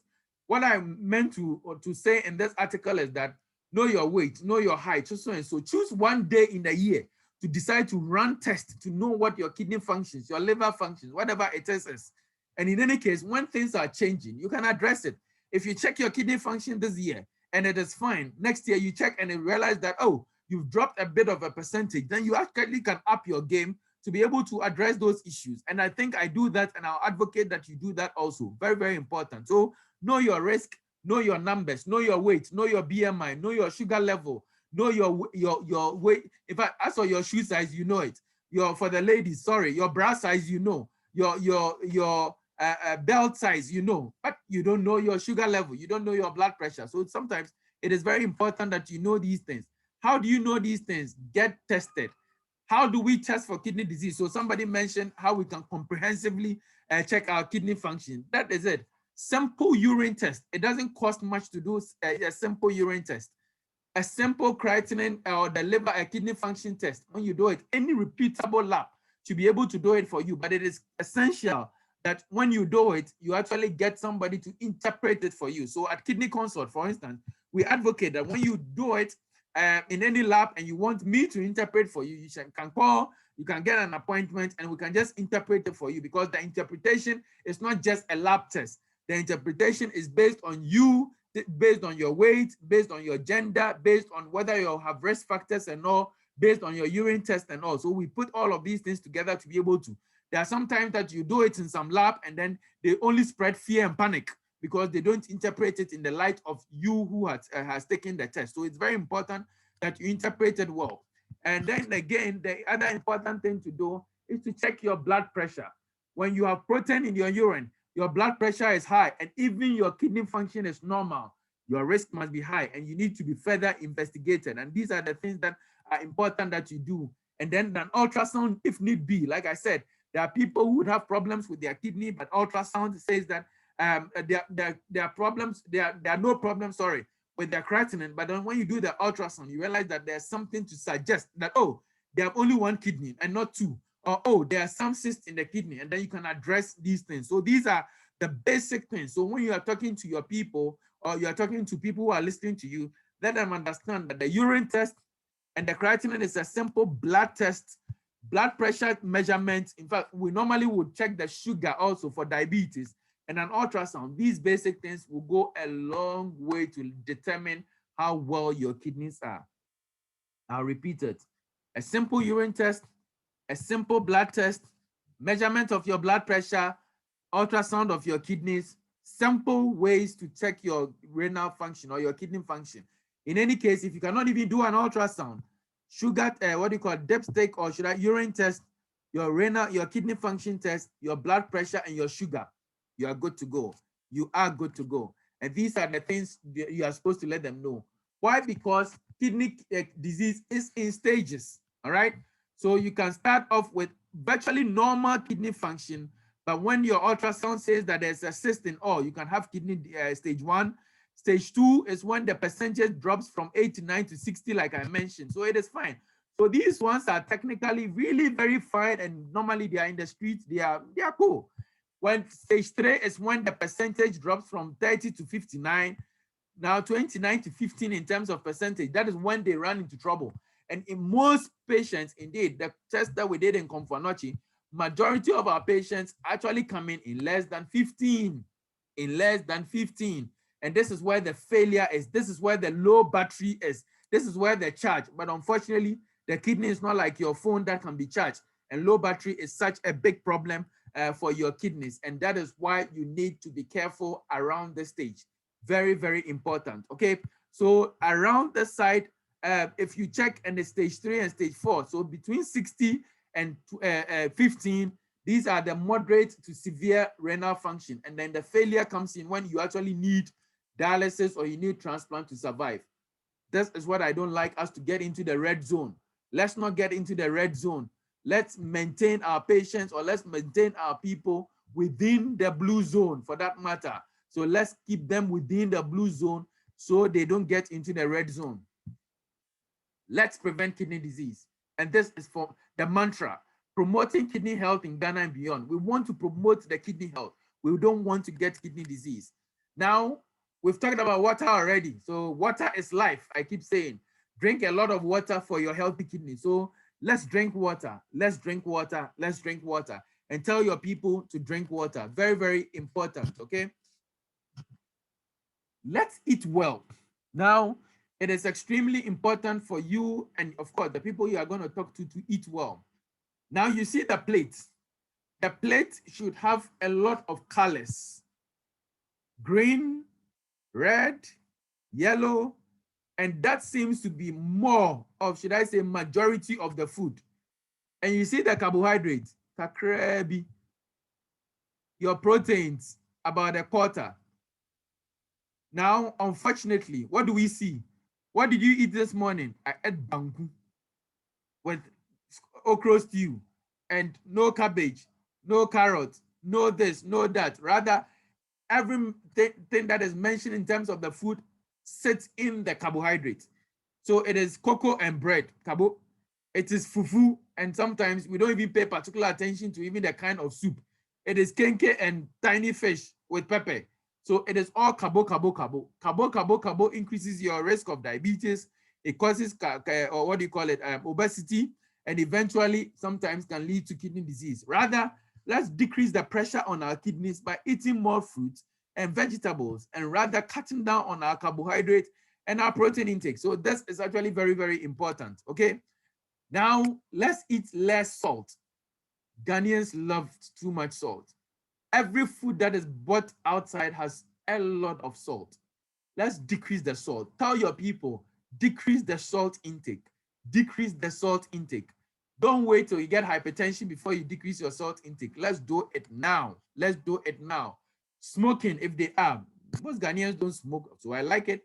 But those who are smoking, and there are people are smoking all sorts of things, tobacco, shisha, weed, all of these things tend to affect you, not even just for the kidney alone, giving young people stroke, heart attack, and of course, affecting the kidney. Alcohol, some people are virtually tied to alcohol. They cannot release themselves. So advise them to make sure what they cut down on their alcohol intake. Exercise, walking, let's keep moving. We have become a generation of sitters. We are sitting all the time. We are not walking, we are not jogging, we are not even sweating. In fact, in a whole day, ask yourself whether today I've even sweat. You don't even sweat. All of these things are not helpful. So please, let's get people exercising, and advise the people you go and talk to when you go to the banks and all. You tell them that they need to make time to exercise. Sitting all through the day is not helpful. when their stomach are becoming big, or for that matter, their abdomen is becoming big, they come to me, doc, can I get some medication that will cause my stomach to become flatter? I told them that when I went to medical school, they didn't teach me, they didn't teach me anything that will cause your stomach to become less. But if you exercise, or if you walk, or you run, or you join a gym or something, it will help you to reduce weight. I actually advise people that sometimes use your own workplace as a way to exercise. If you can walk, walk. If you can park your car somewhere and walk, walk. And indeed, these things, I don't just say it. I try to do it myself. It takes a bit of time. Park your car off and walk to your destination. Walk from your destination back to your car. All of these things help. And tell the people you talk to, especially when you go to offices, you go to people who are well-to-do. You let them know that their diabetes and hypertension will go a long way to be reduced when they decide to what? Keep moving. Use the stairs instead of a lift or the elevator. So if you can actually use the staircase, do that instead of just going to stand. And again, I actually feel worried. Now there's COVID, and you have people all packed in an elevator. Even for the reason of COVID, people are still packing themselves in elevators, really, and in lifts. Why would you not use the staircase to breathe some fresh air, even for the COVID? Wherever you get to, when you are panting, you remove your face mask when there's nobody, you breathe a bit, and you move on. And these are very, very important, okay? Take medications with caution. There are a lot of people who are taking a lot of medication. There was a man in my consulting room, his bag, hey, this man's bag, all sorts of medications, including Indombe and other herbal things that I don't even want to mention some of their names. And they were all in his bag. And indeed, when he came into my consulting, I asked him, are you taking this? Are you taking that? He told me the medications he was taking, and he hit a few. After I spoke to him at length about the importance of some medications and stuff like that, then I realized that he started, hey, doc, I'm taking this one too. I'm taking this one too. I'm taking this. Let's be careful. There are a lot of medications we take that are harmful for us, even sometimes including some medications. I'll write a medication for you because of your diabetes or hypertension or whatever. But when your kidney function drops to some extent, I will say that, okay, let's stop this, or let's reduce this, or let's increase this. That is how it works. So don't just by yourself walk to a pharmacy and just take medication. That is very, very dangerous. That is very, very dangerous. And of course, herbal medications, there are all sorts of herbal medications. Indeed, most of these herbal medications, even in the US, are not even regulated by the food, because there are some content that they are not even able to determine. And there are a lot of these herbal medications on our market. They say approved by. When they go, they approve them as supplements. So they don't approve them as medications that can cure your kidney disease, or can cure your fibroid, or can cure your whatever it is like. And even this one that I've shown, common side effects. So they attest to the fact that herbal medication has side effects. When we go onto the Ghanaian market, oh, they say that their medication, oh, any side effect be a natural, any side effects be I'm telling you people, I have seen a lot of people come in with all sorts of complications from all sorts of herbal medications. And when I talk like that, I don't want to mention some names, but be careful and don't take them. See your doctors and let them prescribe medications if need be. And that is where they would have done your kidney function test or your liver function test and prescribe your medications appropriately. So let's be careful. Let's be careful. Herbal medications are not safe like you are made to think that they are. Okay. Now, I may so rest in perfect peace, Mr. Ayaba. In fact, if he was alive, he would actually be on the call, I can tell you. He had kidney disease and he was preparing for transplant, and he was an ardent advocate. Wherever I go to, he goes with me. In fact, my book, he actually was pushing me, unfortunately, to publish it quicker than I did. Unfortunately, he passed even before I could launch it. But nonetheless, he was an advocate for kidney disease, and he actually told me that anytime I can talk to people about kidney disease, and I'm at liberty to use his image. And you can see this was his image actually before he had kidney disease, and you can actually see him on dialysis now. And indeed, he had lost a lot of weight. Those who will be privileged to get some of my book and all, and indeed, as volunteers, we'll make sure that all of you get at least one of the books. So we are hoping to get sponsorship to get you to read these books, because most of these things I'm talking about are in my book. If you've not bought one, I would encourage you to buy one. but we are hoping that by the March, we'll be able to get enough sponsorship to get you one for free. Amen. You didn't like that. All right. So we are hoping to get all of you, one of my books for free. So what is the point here? Treatment for kidney disease is dialysis. There's something called peritoneal dialysis, which normally we don't mention much, but it exists for those who are interested. And again, finally, the dialysis. And somebody asked the question about dialysis, and I have mentioned a bit about it, but I'll say the dialysis does not take care of the kidney totally. It takes care of some of the functions of the kidney. Is that okay? Takes care of some of the functions of the kidney, but not all the functions of the kidney. And that is very, very important. And that is why transplant is the best way to go. All right, so this is the book I just talked about, How to Prevent Kidney Disease. And I highlight the 10 most important things everybody must know about their kidney. So this is not for those with kidney disease. This is actually for those for everybody to prevent kidney disease, if you understand what I'm saying. So it's very important that you get this book, and most of the things I have talked about or will talk about are in this book. All right, so in conclusion, kidney disease is more common. It is more common than we think. They are mostly without symptoms than it is late, and that is very, very important. Prevention is key. You are here because we want to promote kidney health. We want to prevent kidney disease, all right? And early detection prevents kidney failure. And cost is enormous. I've made you understand it costs an arm and a leg. So let's not get our people to get into kidney failure, because it is very, very important. It's very, very expensive to treat. So I'll introduce you to our website, so kidneyhealthinternational.org. So again, it's a website. I've thrown it on the WhatsApp page also, but you can Google or maybe just type in kidneyhealthinternational.org. You get onto the page, and we are hoping to put enough information that you need on this platform to be able to educate your people about kidney disease. I'm actually hoping to make it that one-stop platform that you get everything that you need, more information. Like the 2 meetings we are having might not be good enough to exhaust all the things we need to talk about.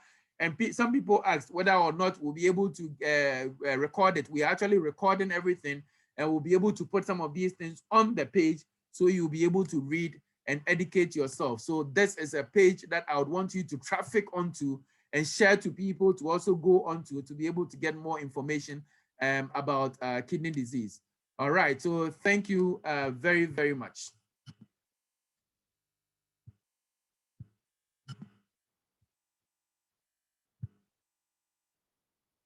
Sylvanus, over to you. Oh, all right, Doc. Thank you very much. And that was some good talk again. It is now some 16 minutes after 12. Looks like we are going to be finishing ahead of time. Yeah. So with your permission, I'm going to share my screen again. But before I do that, I want you to take the rest of the questions that we could not take.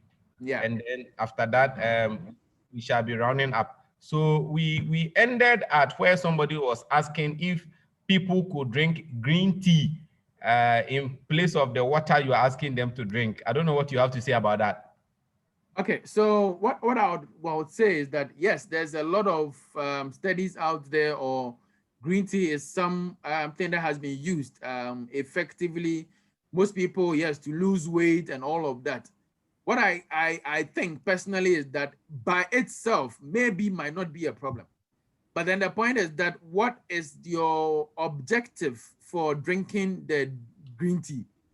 If your objective for your drink tea is so you lose weight instead of exercising or cutting down your carbohydrates, and I think you are wasting your time, in my opinion, because all of these things, they go hand in hand. So you need to be particular about the fact that, oh, I'm not going to drink lemon in the morning. Am I going to drink green tea or ginger because I want to lose weight? When you are still not exercising, when you are still eating the carbohydrate, when you are still eating your sushi meals. And I think these are the things that are important.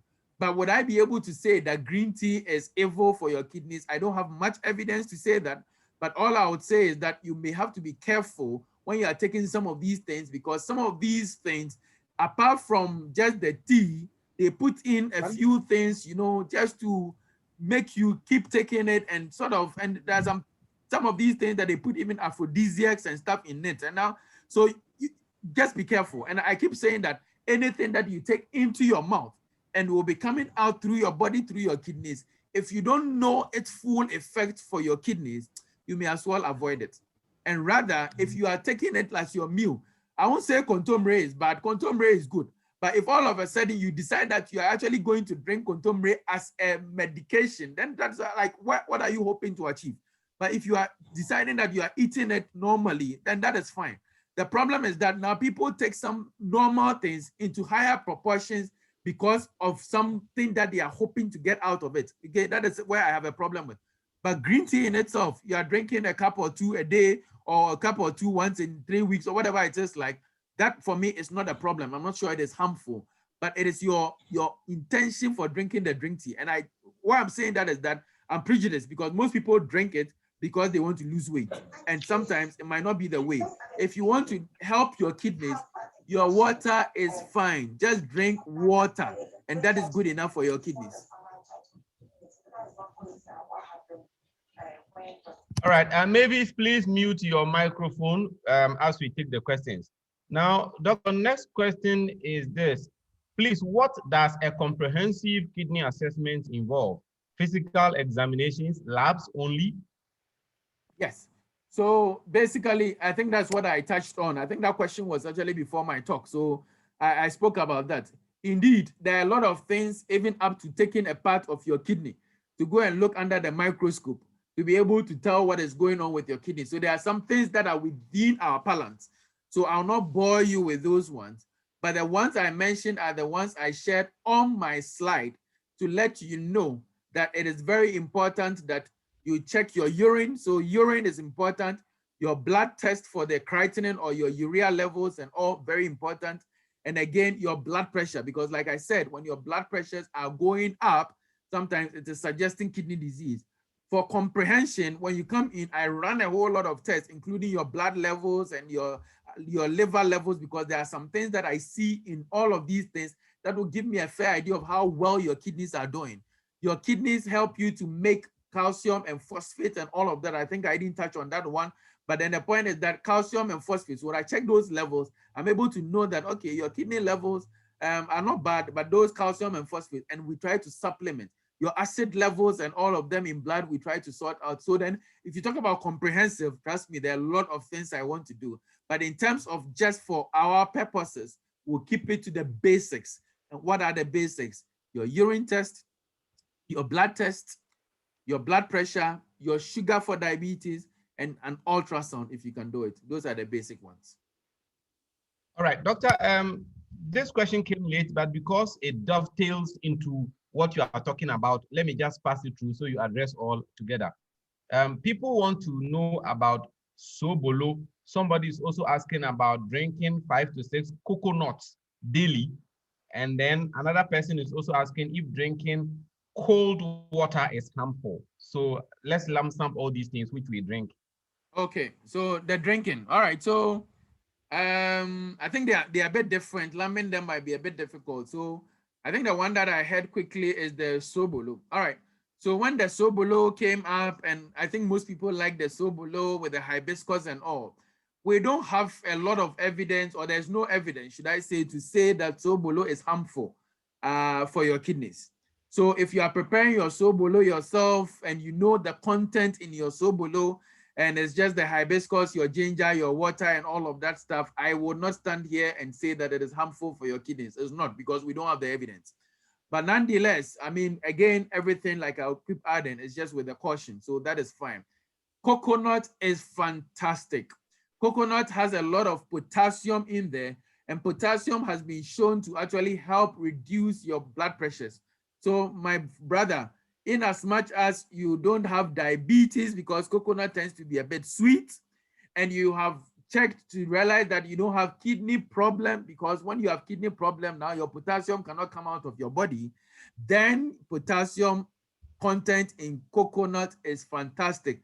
If you're even drinking 8 or even 9 a day, God bless you for drinking it, because it is great. All right, so then that's the thing. The baseline should be checked and it is fine. So coconut is great, and that can supplement all the water that you are drinking. So coconut is a good way to go. So then that is fine. It is very, very good.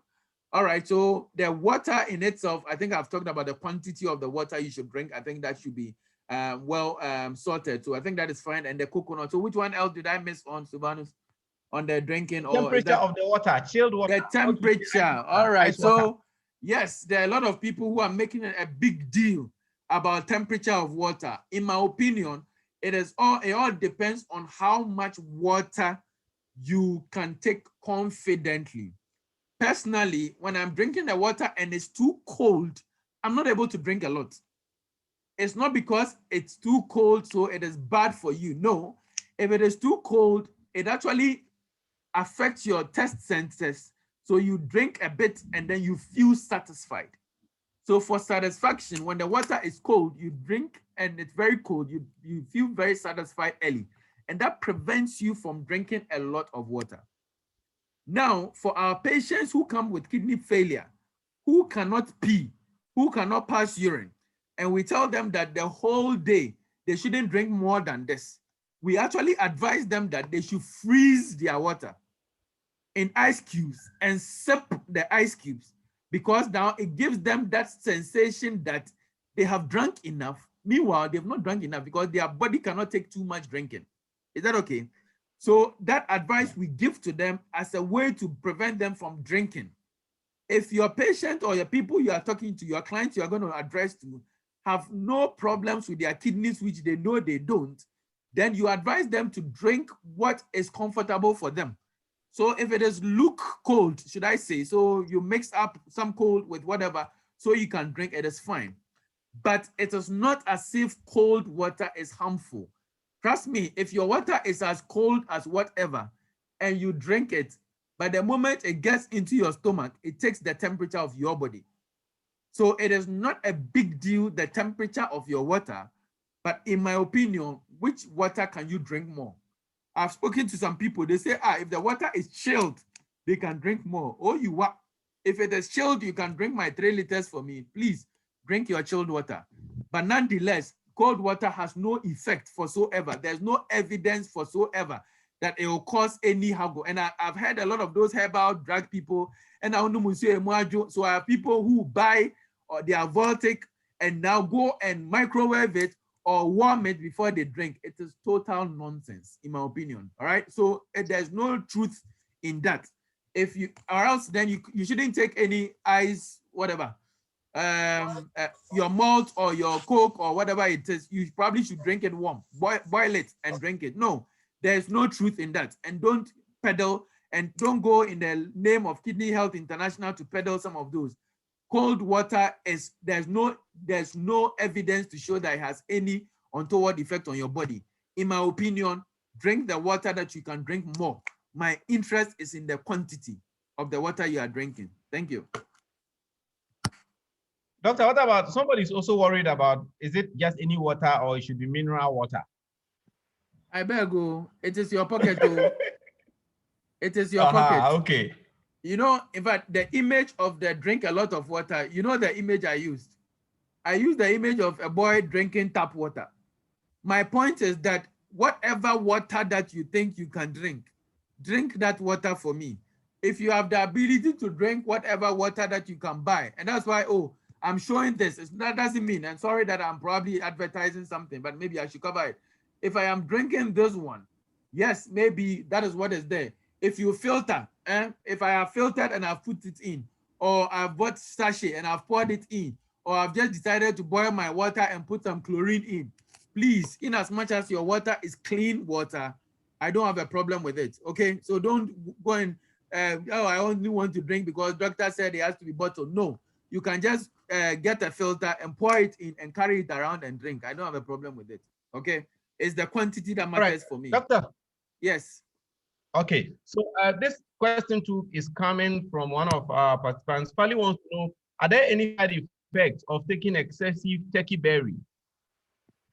Okay, so berries generally are actually very good. In fact, there are a lot of, for the purposes of those on the platform, it's not everybody who knows turkey berries, but they are just generally berries that most people take. Most fruits, berries, and vegetables are generally good for the body, okay? Now, most advocates, when they are talking about kidney disease prevention, now will push into specifics. I run into a lot of, now you say turkey berries, and now you go to the market, you're not even going to get turkey berries. Meanwhile, your contomere is there. Your what do you call it? Your banana is there. Your coconut is there. All of these things are there on our market. So let's not stress ourselves because you went online and somebody has it in abundance somewhere. So that is what you have to send somebody to bring from Aburochire for you to. No. Fruits and vegetables basically are good. The ones you know, your nyadwa, your ginger, all of these things are just good. And let's keep it simple. Let's really keep things simple. I don't like complicating things that it has to be a special kind of fruit or a special kind of berry. It is fruits and vegetables. Keep it simple and short. All right. So this one is a bit technical, but let's deal with it. It says, Doc, please, if renal disease, the life of some patients who go in for it due to transplant failure or rejection, how best do we convince the people out there about its efficacy? Okay, so yeah. All right, good. So transplant, irrespective, is, as per evidence that we have, is the best form of treatment for people with kidney failure. I must confess that yes, it is not like trotroto, it's not like it's without any issues. But what I have realized is that most people go out there through middlemen, go get transplants, they come back, they sit at home, and they are just taking medications. Wrong. When you come back after your transplant, you need to be seen regularly by your trained nephrologist. We are watching your sugar, we are watching you for infection, we are watching the creatinine, we are watching your levels, we are watching all of these things to ensure that we prevent rejection. In my opinion, if you do these things right, it decreases some of these incidents. Nonetheless, there's nothing perfect.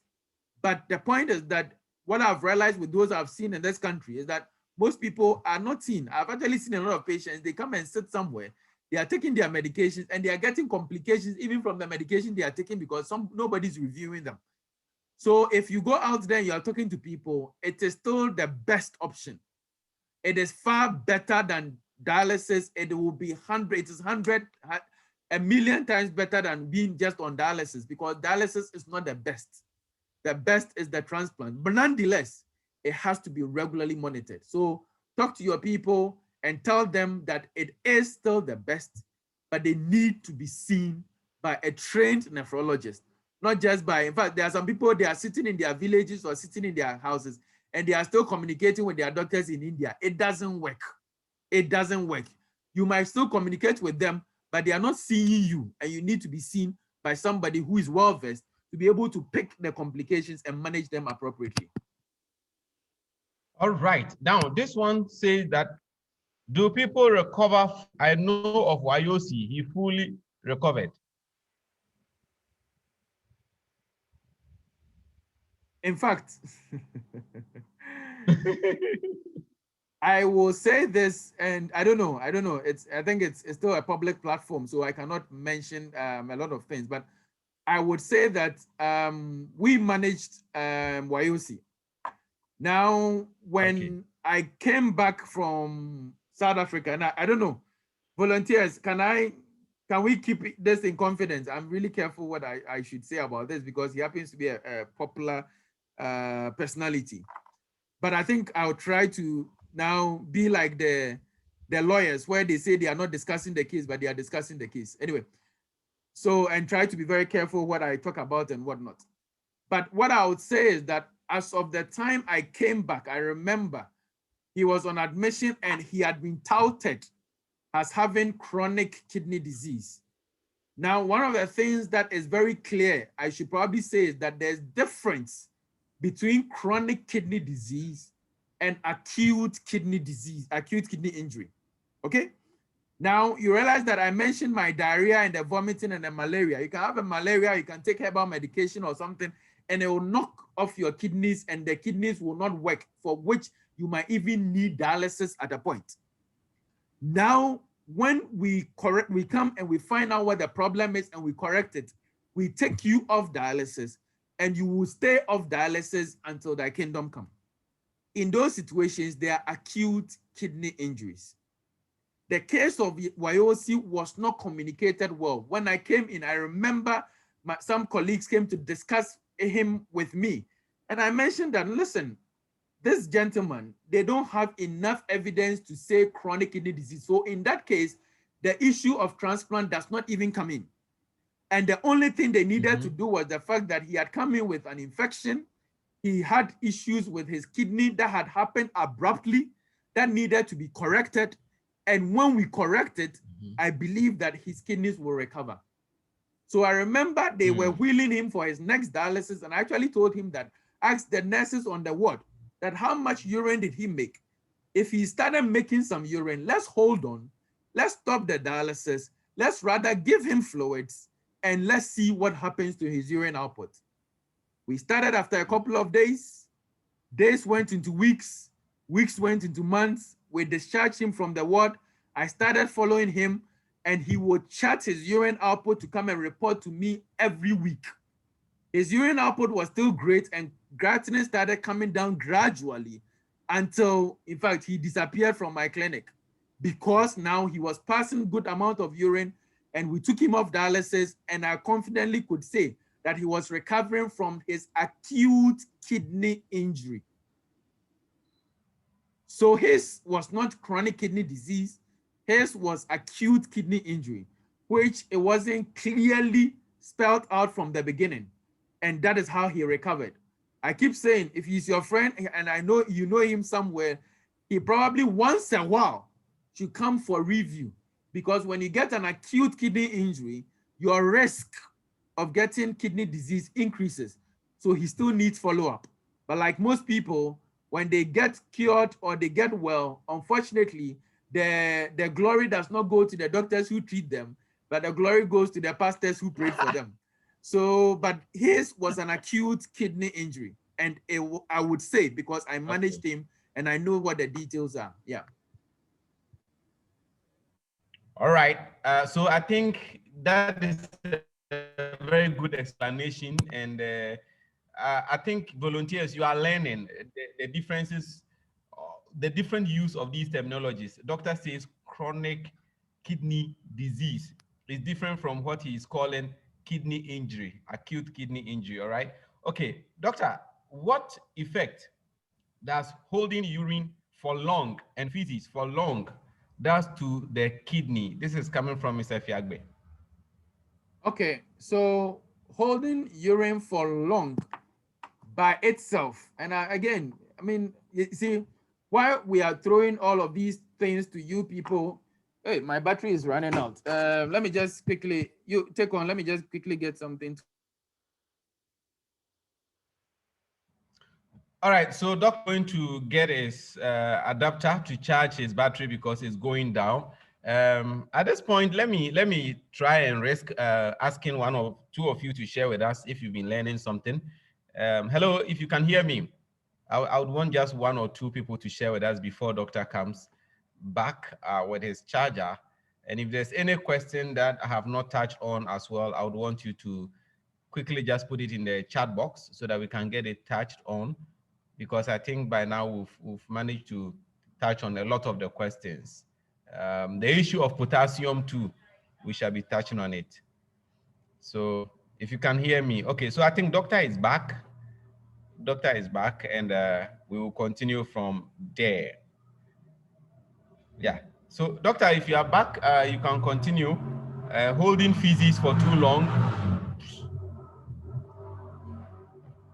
holding poo-poo for a very long time, and holding urine for a very long time. People want to know. Okay, can you hear me now, Doctor? Okay. Okay, you are off.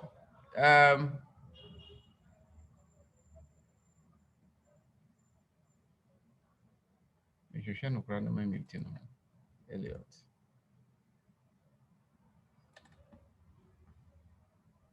Yeah. Uh-huh. Yes. So we were on holding poo-poo and urine for a very long time. Yes. So indeed, you cannot hold your urine. And these things, in fact, these are the reasons why I need all of you out there to correct a lot of things. It's not as if you can just hold urine and it will give you kidney disease. I mean, the bladder will get to a point where you cannot, but it has to come out. So holding urine in itself is not, the only thing is that you might get an infection in your bladder or something if you hold it for long.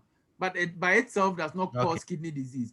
Now, what is holding feces for long? The body is such that if the feces will come, it will come. So then the point is that it's not like you have the ability to control and hold your poo-poo to yourself for days. So come on. And these are some of these fallacies. When I hear, I get angry because there's no truth in them. So volunteers, we are hoping to correct some of these errors so you give the quality information. Holding now, they come out now, hold it. How long can you hold urine? Can you hold urine for 5 days? You cannot hold urine for 5 days. So the point is that at the end of it, it will come out. Even the people who cannot pass urine, the people with prostate issues and all of that, eventually, when they cannot hold it, they are in severe pain. They have to rush to the hospital for some ask to put in catheter or person or Johnson number. You say you are holding urine for long and it's going to give you kidney problem. Please, please, please, please. All right. So, doctor, there's the question about potassium. Somebody's asking if it isn't harmful to the body. Good. So potassium, like I said, the kidney has the ability to ensure that everything is controlled the way it has to be controlled. Okay, that is what the kidney does. Now, if it is working well, you take in a lot of coconut, like I advise somebody, or banana, which has a lot of potassium. Your kidneys should get rid of all of it. You shouldn't be a problem. The problem actually happens when people have kidney issues. So when they have kidney problems, then they will not be able to get rid of the potassium because the kidney is not working, basically. So when people get kidney problems, now we tell them that, no, you don't need to take a potassium containing diet. So all this advice I'm giving, oh, coconut is good, fruits and vegetables are good. When you get kidney failure, I'm advising you too. When you get kidney failure, when you come out, I'll tell you, stop drinking water because the water cannot come out. Stop taking the fruit and vegetables because your kidneys have failed. So people on dialysis, we actually advise them to cut down on fruits and vegetables. So the point is that if you have the ability to eat fruits and vegetables now, eat it all, because you get to a point where I will tell you to stop eating it. I hope that helps.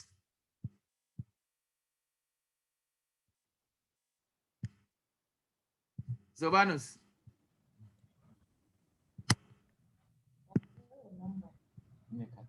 Okay, so I am hoping we can wrap up. Sylvanus, can you hear me? Yes, I can hear you, Doc. We are just about wrapping up. I think we've almost exhausted all the questions. Okay. If there's any question we have, it is one that is asking from Mr. Robert Stanley. He wants to know if government has a policy to deal with the menace, especially cost of treatment. Come again. Hello, Doc, did you get me? No, I didn't. I'm saying that the last question is from Mr. Robert Tanti. He's asking if government has a policy to deal with cost of treatment. Unfortunately, no. Unfortunately, no. And indeed, that's actually one of the things we are fighting for, but it's a battle that will be very difficult to win. And that is why, personally, I have chosen the prevention arm. And I feel that if you and I can work together or encourage other people to join this fight, and we start pushing to get the right knowledge out there, in my opinion, we will change the tide. And I'm trusting for all of you to really get on board, and we can make the difference. I believe we can.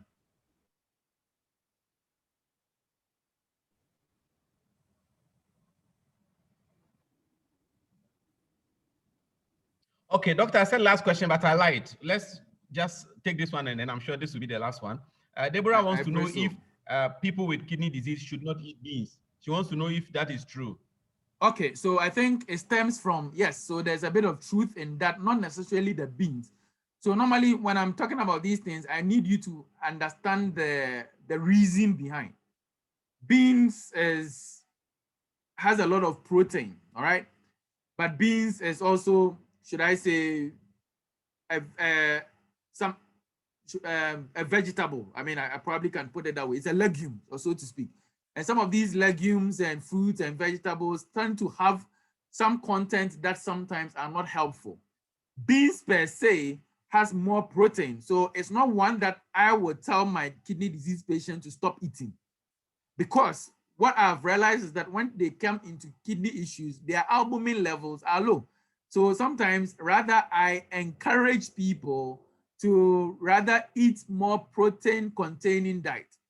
But all of these things should be individualized. We don't have general, as for kidney disease patient, there are some kidney disease patients, they come and I tell them eat banana because their potassium now is low. So we look, and that's why they need to be seen and reviewed by a specialist or somebody who knows what he's doing to be able to make them thrive better than this wholesale approach to things, okay? But again, let's not be dwelling too much on people with a failure. Let's be dwelling more on people to prevent the kidney disease, okay? As time goes on, like I said, we'll get more patient, more discussion in terms of some of these things. But our push for now is more questions. I want to hear more questions into prevention, more questions into how we can do things, you know, to get people to prevent kidney disease, and looking forward how the approach will be basically so far as what we want to do are concerned. So having said that, I think that should probably be the last question. I'll just say a statement or two, maybe if Sylvanus is done, on our approach and how we are getting you involved and what we expect of all of you, because we need you to win this battle. So thank you very much for your attention, and it's been wonderful to be holding on all these almost 3 hours. Okay, doctor, as you round up, I think this one will require a yes or no. She wants to know if a dead person's kidney can be given to somebody who is in need of transplant. When the kidney is taken before the kidney dies. All right, so in advanced setting, yes, we do that, where when people die before they go brain death, we call it, where there's still blood flowing into the kidney, we quickly harvest it and we give it to somebody else. But that is not happening here in Ghana because it has to be done with clear systems there. It's one of the things, yes, we are pushing for, but it's so far-fetched.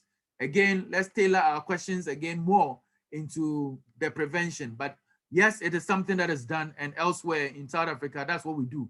Actually, apart from advising people to donate, we take from dead bodies. But as of the time we are taking it, they are not dead. Because if the moment you say dead body, you cannot take the kidney out. So it shouldn't be dead body. It should be a body that is still having, you know, should I say, blood flowing into the kidneys, okay? All right, doctor, I think we've exhausted the questions now. You can round up and then tell our volunteers what we expect from them. All right, so thank you very much. So thank you, Sylvanus, thank you, my staff. I think, thank you. You guys have done wonderfully well, from Huberta to Comfort, and to yourself, Sylvanus. I think it's gone very well. We thank even our sponsor. In fact, Rotary Club actually gave us this Zoom link because finally our somebody just disappointed us. But in my opinion, this fight we are going to win, whether or not we get the support that we need. And indeed, to have all of you on the call, to have these teaming people all ready to be on this call to hear what we have to say and to follow up on the pages. There are a lot of you who have sent messages that you struggle to link on and all. This video, we've recorded it. It's going to be available. You can watch it over and over again. So I'll discuss with Sylvanus how we'll share it. It will be on YouTube and other places, I guess. So you can actually follow it on our website. But looking forward, we also are hoping to have another meeting next week. We are hoping to have it as an in-person. For those of you who will be in Kumasi, because our center is in Kumasi, unfortunately, and who can make it, but we also try and carry it also online like we are doing it. But again, this is actually now to meet up, to have a clear strategy on how we are going to push forward the agenda. We'll repeat some of the things we've said today, you know, for emphasis. Any questions you would have had in the course of time, we'll try and address it. But then the important thing is that we also need to ensure that we have a clear strategy in how we are going to deal with the month of March. So most of the things we are going to talk about the next week will be the month of March, where World Kidney Day is actually on the 11th of March, but we are planning some series of activities that we are worrying people from 1st March all the way to the end of March about kidney. They should see kidney everywhere. We should have flyers about kidney, all the WhatsApp pages or the status and everything, kidney, kidney, kidney, all over the place. That is actually the idea. And we are going to get you materials. Those of you who know people who can do graphic designing for us, you know, to help us. And like I said, we don't have money. We are throwing letters out for people to support us. And if you know any organizations that are also ready to support us, link up with Sylvanus. Sylvanus is throwing our emails there. You can send us an email, send us a WhatsApp on the page, and tell us that, okay, you have this person who will be ready to support what we do, and we'll be happy to send a letter and follow up. So all of these things are on our shelves. And we believe that if you also have volunteers who are also ready to also partner, already not on the page, who also want to join and all, we are ready to have all of you. So if you have any comments, you have any questions, now throw them onto the WhatsApp pages. If this meeting that we had, if there's anything you didn't like, anything you liked, let us know and then support us. And our pages also, my own personal Facebook page, go there. We have a Healthy Kidney page also, a group also on WhatsApp, Sylvanus. So and encourage them to also be a part of that group, because we also try to share information there. So thank you very much. I really want us to end before 1 o'clock, and it's been wonderful having you, and I'm so excited having you, and I'll be so excited to share whatever knowledge I have so far as kidney promotion is concerned. So thank you very much, and may God richly bless you all. Thank you. Over to you, Sylvanus.